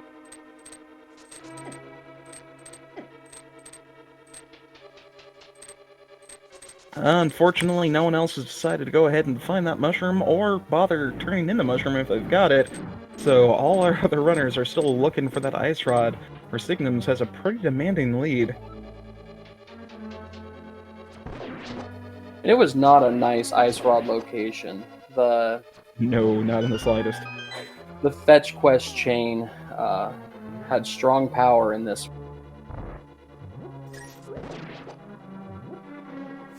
So I don't blame the other three runners for, not wanting to check a one-off location like Magic Bat that takes a little bit of time, and then for Tweak finding the mushroom, saying, I'm not going to fall for it, and just moving on.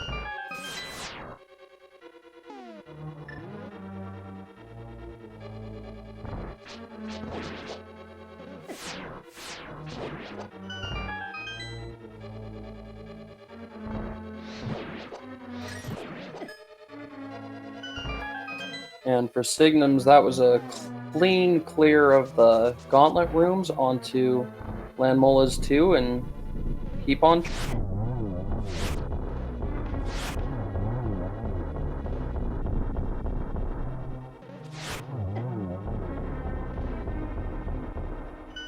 Pretty clean fight there, so now we just have to finish the rest of the climb and then pay a visit to our wonderful Aghanim.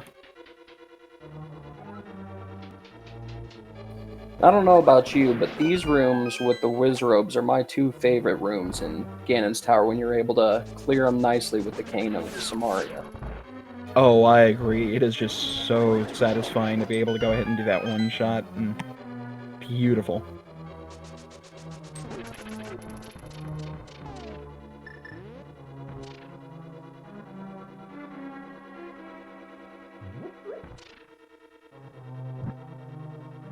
I would imagine Simo pretty soon is going to get to Magic Bat as the last place that he can check.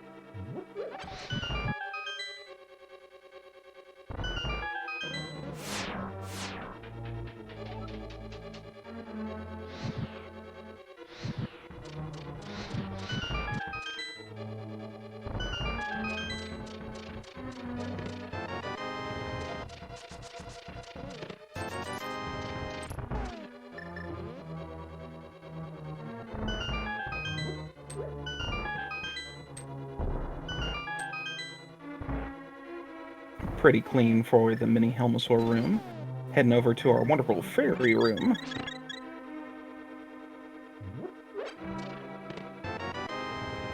Probably looking to see if he can find one more sword right at the end, but unfortunately we've seen all 4 swords, so won't find one. Yep, fortunately for him, he missed the one out of Skull Woods and Swamp, so not going to be any luck there. And once again, Moldorm being Moldorm.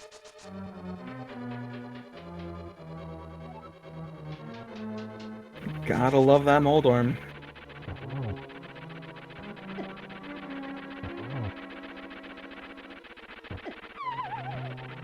Oof, that's 2 falls. That's gotta hurt. That's when you're racing the worst room to fall in, because you feel like you're so close to the end, and you just have to get through one more room, and then Aga 2 isn't that tough of a fight, and then it's just Ganon, and this Moldorm room can really get you sometime. Oh yeah, especially if it's just one to be mean. Like we said earlier, it's just Moldorm will either be super easy, not give you any trouble, or just knock you off at every glance. It's like, you don't get the finish. Back into the hole for you. But Signums is past Moldorm 2, and so this last room, and then it's Aga 2 onto Ganon. Then we get to have some econometry. See if we can set ourselves up the ever-wonderful double-triple. Ooh, not a good start, but hey, you got a double. That's a good one for that one. That might have been a double, yeah. Yeah, that first Aghanim placement was not kind.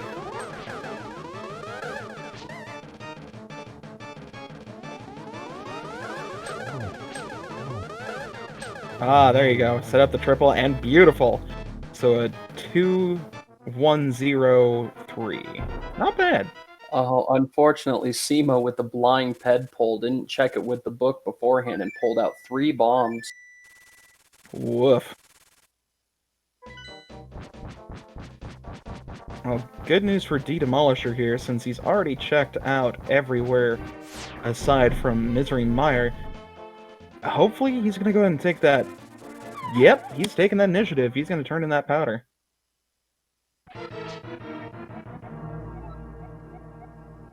Impa says the mark on your hands means you are the chosen hero awakened by Zelda.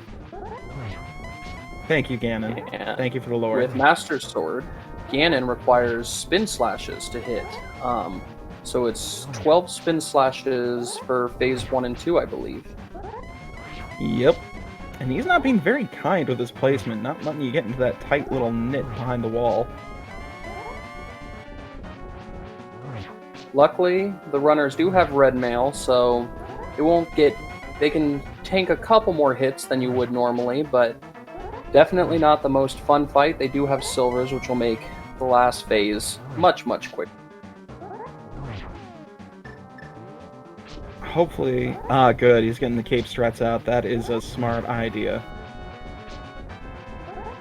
Ooh, and D-Demolisher turning in that mushroom. He is going to be happy with what he finds. Good news for him is since he saved that warp, he can go ahead and do the same thing that Signums did and just mosey right back through the back end of Turtle Rock.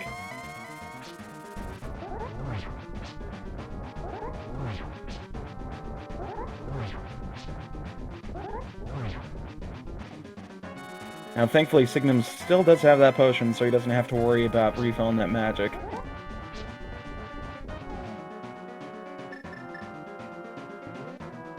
Which he's just going to take that initiative and go ahead and do for us.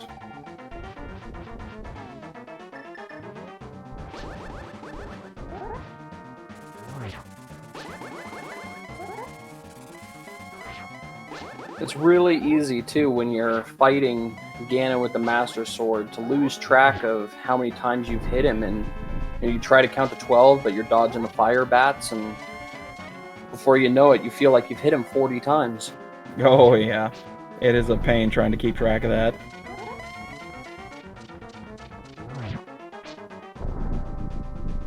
Kudos to Signums, though, avoiding all these malicious fire bats.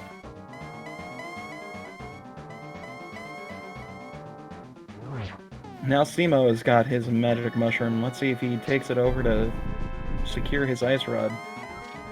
Oh no, Silver, my one true weakness. Ooh, I think that was a miss on the first one. Yep, that was a miss and a silverless hit. This is the problem when you get so used to silverless, is that it's hard to time a non-silver or a silver hit.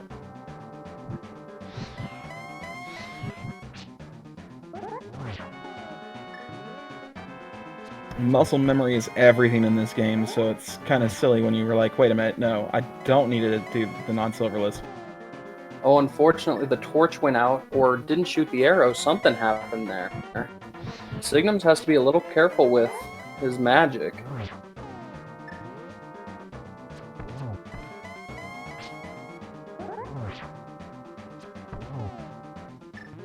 Alright, we're just needing one more silver hit. He's got it.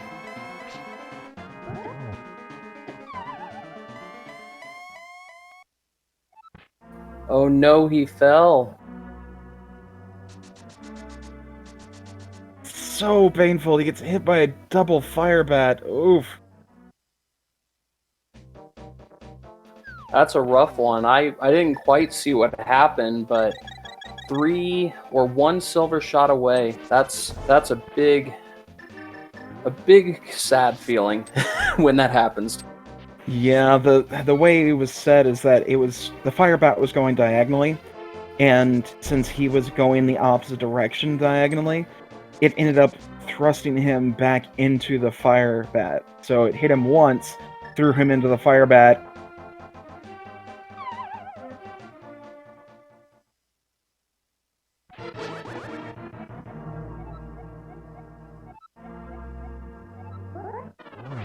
Just the time.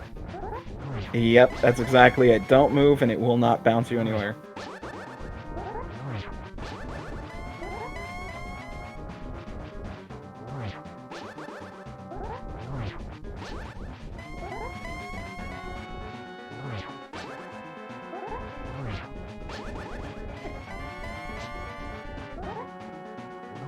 Meanwhile, the Demolisher is giving us a look over at the right side. Let's see if he decides to go full right. Because with that small key, he can. And it does look like he is. And Simo about to find his ice rod. Unfortunately, does not have the Turtle Rock mirror set up like the other 2 runners did. So Simo will have to go all the way back through Turtle Rock from the front.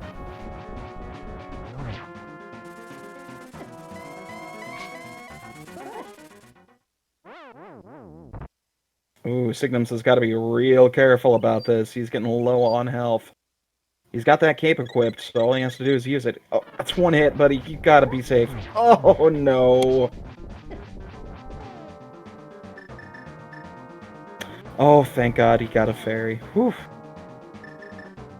And he does have another blue potion still, so I would use the cape as for the rest of the entire fight. If it was me, I'd be super scared. Oh no, he's down to 1. There you go.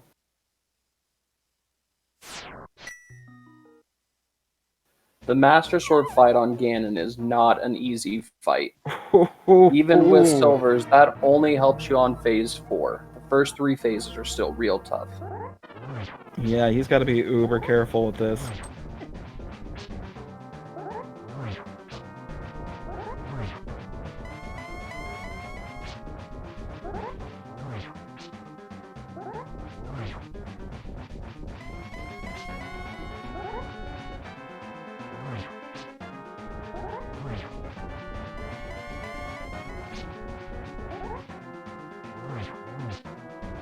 Alright. T-Demolisher, unfortunately, didn't go full right like we were hoping. He is going to go ahead and follow Signums and do a full left. So, unfortunately, it's going to be a little bit before he gets that big key in its vanilla location.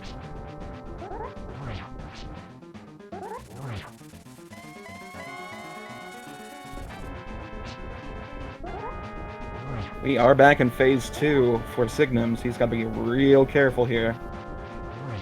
See, this is the even tricky with part. red mail, what, I think they hit for 3 hearts every time you get hit by one of those bats. So your health depletes quick. Oh yeah. And the tough thing is, it's not more so the technical aspect, it's the nerves. If you're sitting there looking at SRL, you're like, okay, I've got to get this, I gotta get this, I gotta get this. So you're making silly mistakes, you are so on edge that one little thing just kind of sends you down the rabbit hole. So again, gotta give props to these runners, and Signums is doing a fantastic job, so please feel free to go ahead and click that link and give them a follow, because all these runners definitely deserve it.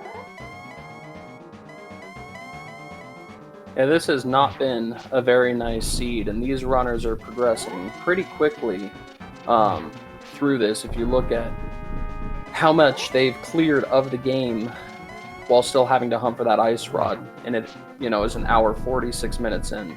This is pretty impressive.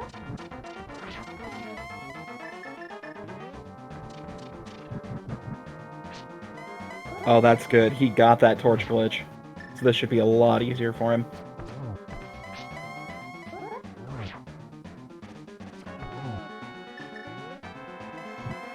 That's 2.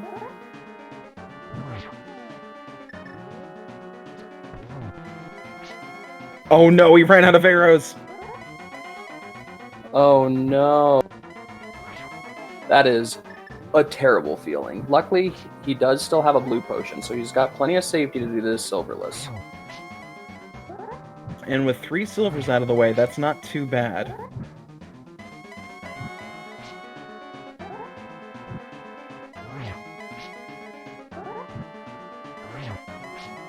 Let's see.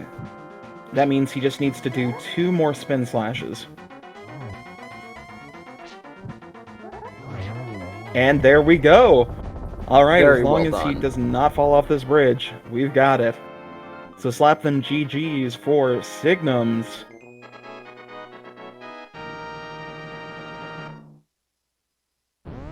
And there he goes, crossing that bridge and getting a finish time of 1:48.06. Just in time for Simo to finish up that Trinex fight. Signums has finished 3rd overall. First up on the list was Shireen18, finishing 1st place, 1:29.05. So kudos to him for being able to get a sub 90 on this one. And then Old Man Sunshine finishing 2nd place with a 1:46.48.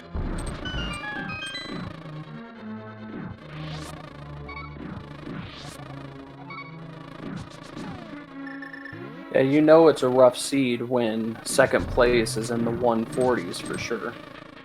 Right? Goodness gracious. Anyone getting a sub 90 on this one has just gotta be a god.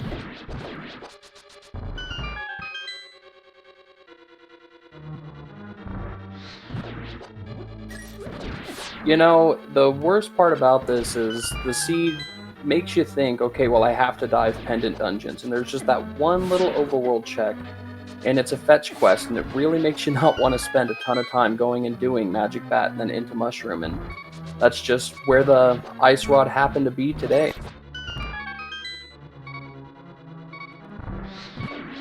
And we're joined by Signums. How you doing, buddy?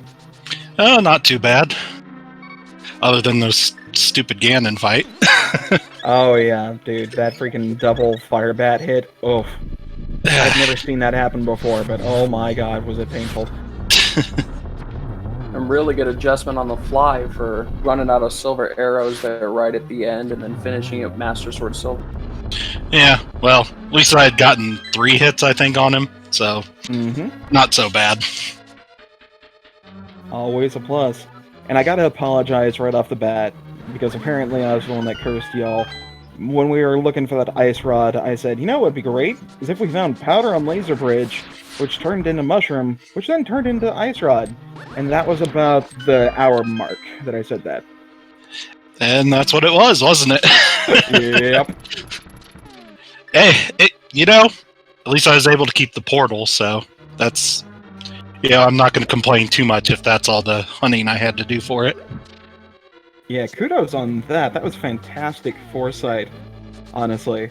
Because, sadly, everyone else... no, I apologize. 2 other runners weren't able to do that because they ended up going to Swamp and Misery Mire.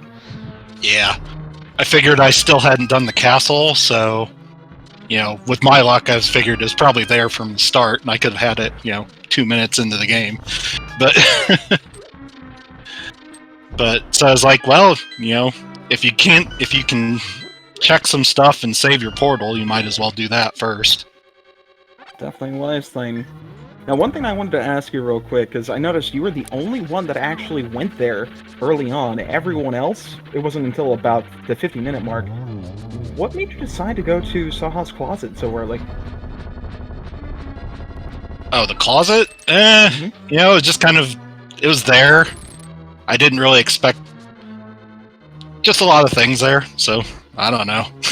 Yeah, I take it it's just your normal style of routing. Yeah, I guess.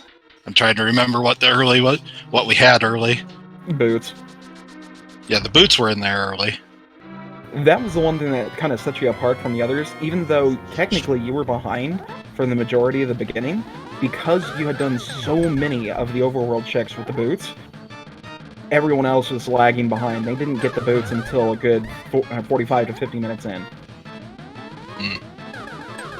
Yeah, it's just one of those I kind of hate to put it off unless it looks like I'm going to be able to go ahead and check it with Eastern and Pod. So.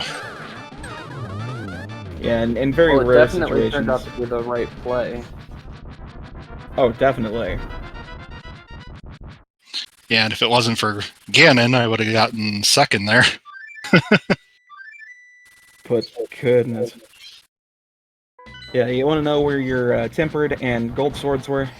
Oh wow, they found gold sword. Yeah, Yeah, where were the other two? We had the tempered sword. Technically, it would have been the master sword for everyone. In the what is that? The compass chest of Skullwoods. It's the compass or the map. I forget which one. Oh, the one I didn't check in Skullwoods. Mm-hmm. That figures. And then the one that no one should have gotten was the one in Swamp. Okay, well, it is what it is. I'll take a better time over a better sword. Exactly. But yeah, I gotta say, seeing you play most of this stuff with either just the fire sword or the master was really nice seeing that execution of the bosses, especially with the Trinex fight. When you went in going for the fire or the ice head first, I was kind of worried because I don't really see that kind of strategy often. Well, usually you can do one cycle on the fire head, and then you can switch over to do the ice head before it gets a shot off. Yeah, that's what I was seeing in most playthroughs, but the reason why I was bringing that up is I want to go ahead and just give you props on being able to go ahead and not die during that bit. you almost got hit like half a dozen times and sidestepped like a boss. Well, I had plenty of potions, so I wasn't too worried about it. If I would have gotten really close, I would have used one. But just to interrupt here, let's go ahead and throw some GG's in chat for Demolisher finishing up his Ganon fight. We've got him finishing at a time of 154.18 in 5th place, just behind Runner Watcher, who finished 4th place with a time of 152.29.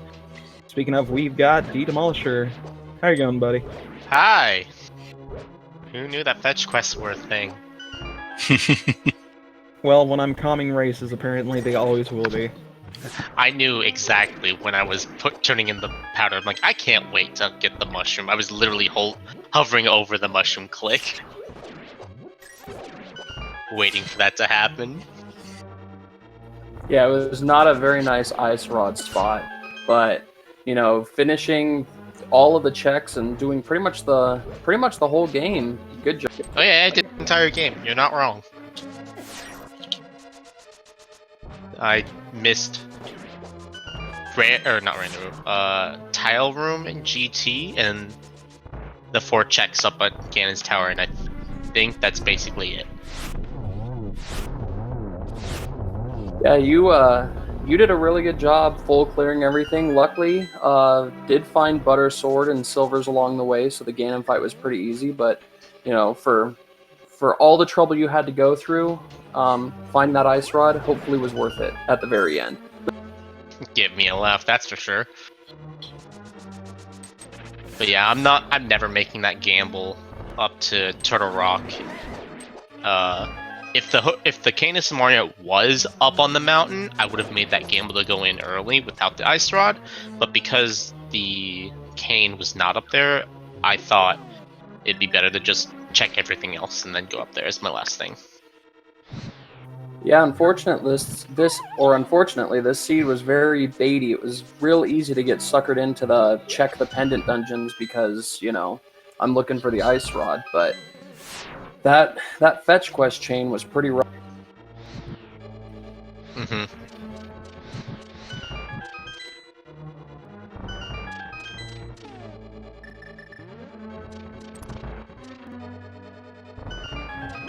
As we continue, Tweak and Simo are both in Ganon's Tower. Simo is heading up to Moldorm 2, and Tweak is just now going right side, so he will be finding his GT Big Key shortly.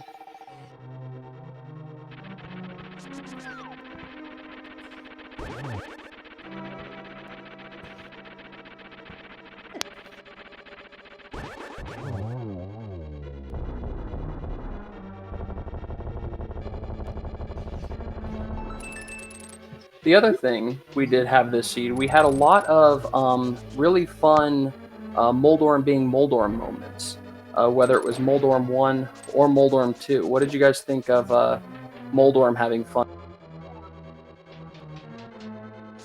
Moldorm did his thing. Yeah, he was just having a good time knocking me off at the top of GT. Thankfully, I don't think he played around with me.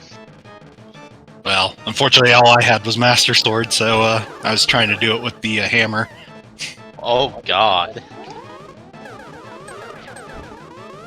So you didn't even go into Skull Woods. I went into the front of Skull Woods. The I don't know if they told you, but the where the vanilla big key is, that was another sword. Oh, the big key chest, Yeah. That's right. Yep. I would think that's the compass chest for some reason. No, compass chest, I believe, is when you first walk in the main area, that right chest that's surrounded by 2 holes. Right. I believe that's the compass chest. Well, seeing as how we got this wonderful spoiler tournament coming up, we should go ahead and try to remember these.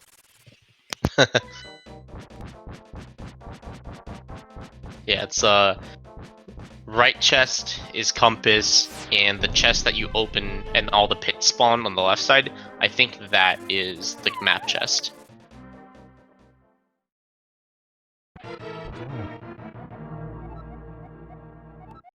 I could be wrong. We'll have to go ahead and get someone more knowledgeable in here just to verify for me, because I believe you are correct. But I am not correct about a lot of things. It happens. Like, we're not all right about everything, and the spoiler sheet definitely helps us become right. Oh, most definitely. And man, I decided to go ahead and blink a little bit, because Simo is now on phase 3 of that Ganon fight. What Gold Sword will do for this fight is amazing. You don't even have to try, you just like, oh, slash you, oh, phase 2, slash you, it's phase 3, oh, we're done, alright, cool. Yeah, I lost like 5, 6, 7 minutes there. I got knocked off on phase 4. Ooh. Phase 3 or phase 4? Phase 4. 4 last. Yeah. And Oh no. and then I died, and then I went up to finish him, and I only had 3 arrows left. Oh no. So yeah, that was fun. At least the silvers were in a very good location. Alright. I'm going to interrupt real quick because we got to congratulate Simo here for finishing up in 9th place overall with a time of 2 hours and 21 minutes. We've got Sanders, or Sandres, or however you want to pronounce this, 316, finishing 8th place at 159.53. The Benjamin finishing 7th with a 157.18. And then Windfox 470, finishing 6th place with 155.54 and improving their personal best by 4 minutes and 2 seconds.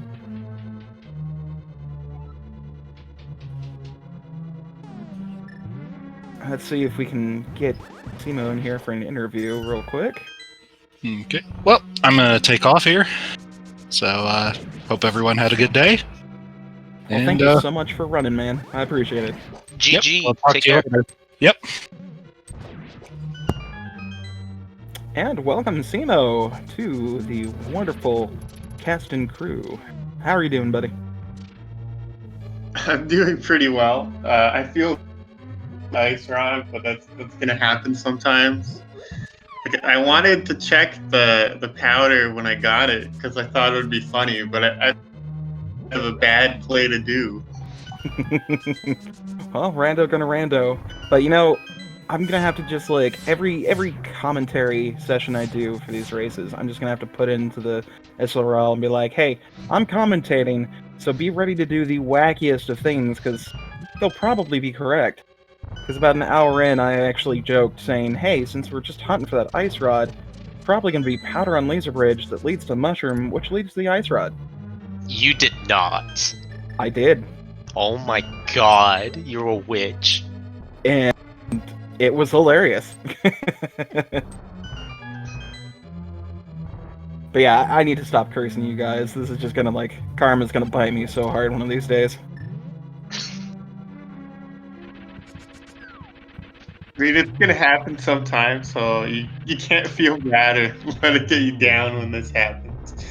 I mean, maybe I should have prioritized some of the other checks. Since I had the portal there, I could have tried to just done all the Light World mirrorless checks, and that probably would have saved me. But because I had the flute, I ended up going to Meyer instead and full clearing that, and then I was like, well, I may as well go into Swamp. And it's just all downhill from there. Yeah, I don't blame you. With as crazy as this was getting, I mean, we basically had the pedestal available before we even had the ice rod found. So it's like, where does this seed want you to go? It can get absolutely crazy. I will say, judging off of how everyone else did in SRL, you guys did really good as far as your guesses go, because this is one of those, well, as we've seen with Shireen getting it first, sub 90, only mad lunatics will figure out where it is first. I feel like I was in a TR at like 110. You did actually end up getting to TR pretty quick. Both you and Signums were up there real quick there. But the biggest problem was getting that powder and not jumping on that initiative. That's the biggest thing that Signums did. As soon as he got that powder, he instantly mirrored out, fluted over, got the mushroom, and then turned that in.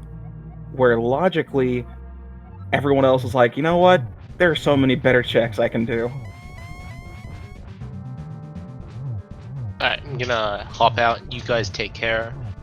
GG. Oh, thank you so much for joining. GG's. GG. Have a good rest of the commentating. Thanks again. And everyone watching, please be sure to go ahead and give our wonderful runners a follow. They definitely deserve your love and affection for not only giving us some entertainment, but putting up with this nastiness that I've wrought on them. And we are also finishing up with Tweak is on Phase 4 of Ganon. Yeah, getting a really nice first couple of phases. Being able to get through with that butter and silvers without problem. Yeah, I want to go back to the seed. Just, it's insane how much of a jet seed this felt like until that ice rod hunt. It did feel like a true ice rod hunt game when it's kind of joked about, but it was really ridiculous how everything was open to you except for that ice rod was so hidden. Exactly. And also, props to Tweak right there, saving himself from that Ganon fall. Ooh. High clenched a little. That'll make your heart race.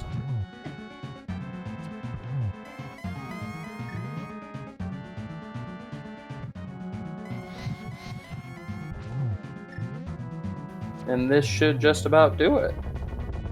Yep. And we're getting that set through, so pop them GGs in chat for Mr. Tweak 1987, who's going to cross this bridge and give us our final time of 2:06:03, finishing 11th place, just being beaten out by someone's name who I'm going to butcher, apparently. We'll just call him Lim. So Lim finishing 10th place with 2 hours and 36 seconds.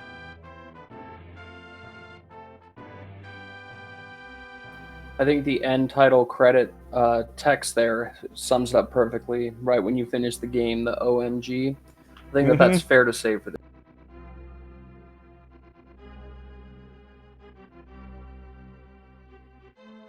We'll see if we can get Tweak in here for an interview as well.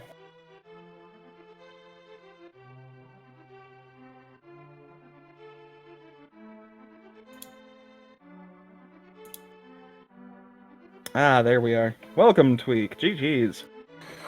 Thank you. What a seed. Yeah, I made some not good mistake and it cost me a lot. So. Well, to be fair, you did the logical thing of checking better locations. The only person that actually jumped on that powder initiative was Signums. That's it. Everyone else followed their gut and actually did the right thing of checking quality. Or quantity. Yeah, we went over density and stuff like that. That I get. But I mean, I was my bad move was I went to Eastern and Pod, and I didn't check Sarada Haramara, whatever his name is. Sorry. Oh yeah, we were gonna ask you about that. And then I was like, I'll go get my green pendant. All along, I thought I did it. So I was like, I'll get my green pendant and I'll go check after. And then I was like, hey, whoa, I never went there. So I'll just mirror out, found the boots, go in desert, blah, blah. I still end up clearing everything. This ice rod. We are glad you went back to those boots, because, oh boy, when you had passed them the first time, we were wondering if you had just forgotten or just mistracked or what. But going back there was just a sigh of relief. I don't use tracker for let's say item placement. I use tracker for let's say I got the emo tracker, but I don't click my placement where I went, where I did not and stuff. That's something I should use. But other than that, I thought I did it because it's in my normal routing to go there. But I just forgot when I went to Pod and Eastern, it was clearable, so I was like, let's go there. I didn't mirror out in the small bushes to go see Sarada Harakana, sorry his name, and I totally passed by and I never checked it. I was pissed off at myself when I found my boots. That's the joy of rando. It's always going to be that one spot you always look over. Absolutely. I even checked for Ped with the book, and I still complete all dungeon. I don't know. But hey, that's a fun thing there. I'm glad you did actually check Ped first, because we ended up having, I believe it was Simo that did the blind Ped pull, unfortunately just getting those 3 bombs. And everyone else, except for Signums, just decided to go all willy-nilly checking Misery Mire, Swamp, before anything else. So don't feel bad. This is actually a very odd seed, but you did fantastic with it. Oh, don't worry. I don't feel bad at all. It's practice. Like I said on SRL, I'm doing the French tournament, and just want to practice a lot of Link to the Past. So really thank you guys for having me on your stream, and thank you viewers, thank you comms, thank you trackers, thank you everyone. It's good practice, seed like that. It's really good practice. You get to know what you misses and everything, so it's a really good thing. Like I don't feel bad. My routing was really good. until I forgot one check, which was the boots. And I could have saved tons of time there. Like, I mean, I could have saved at least 20 minutes because I got the boot, I don't know, what, an hour and 10? Something like that. When that could be one of the first check I could have done. So that's okay. It's the part of the rando, you know. Boots could have been everywhere. Ice Rod could have been everywhere. So we don't know, right? Exactly. Well, we do appreciate you taking the time to go ahead and be on Restream for us. Was there anything else you guys wanted to go ahead and say about the seed? About the seed, no, but if I can't, if I may, I just wanted to tell everyone thank you for watching, and Link to the Past is live, and wash your hand for 20 seconds with soap, and keep 2 meters away, and that's it. That's all for me. Thank you very much, everyone. Well said. Well, thanks again for restreaming with us this week, and Simo, and Signims, and D-Demolisher. We appreciate you guys taking the time to go ahead and race for us. Again, everyone, please feel free to go ahead and click those links. Give these guys a follow. They definitely deserve it. And another shout out to our wonderful trackers, Star14681 and Sapphire, both doing fantastic jobs clicking those buttons behind the scenes, so I get to be lazy and don't have to worry about doing anything but talk. And thanks to my co-commentator here, SEJ. How did you enjoy your commentating here, bud? It was fun. You know, it was my first time commentating a game, and I enjoyed it. And thanks for carrying me through it. Oh, my pleasure. And thank you to all you viewers for putting up with me and my nonsense, and hope you enjoyed yourselves. We're going to go ahead and close things up for... Whoop. Puppy got a little excited. We're going to close things up for tonight, and we'll see you all in the next video. Bye, everybody.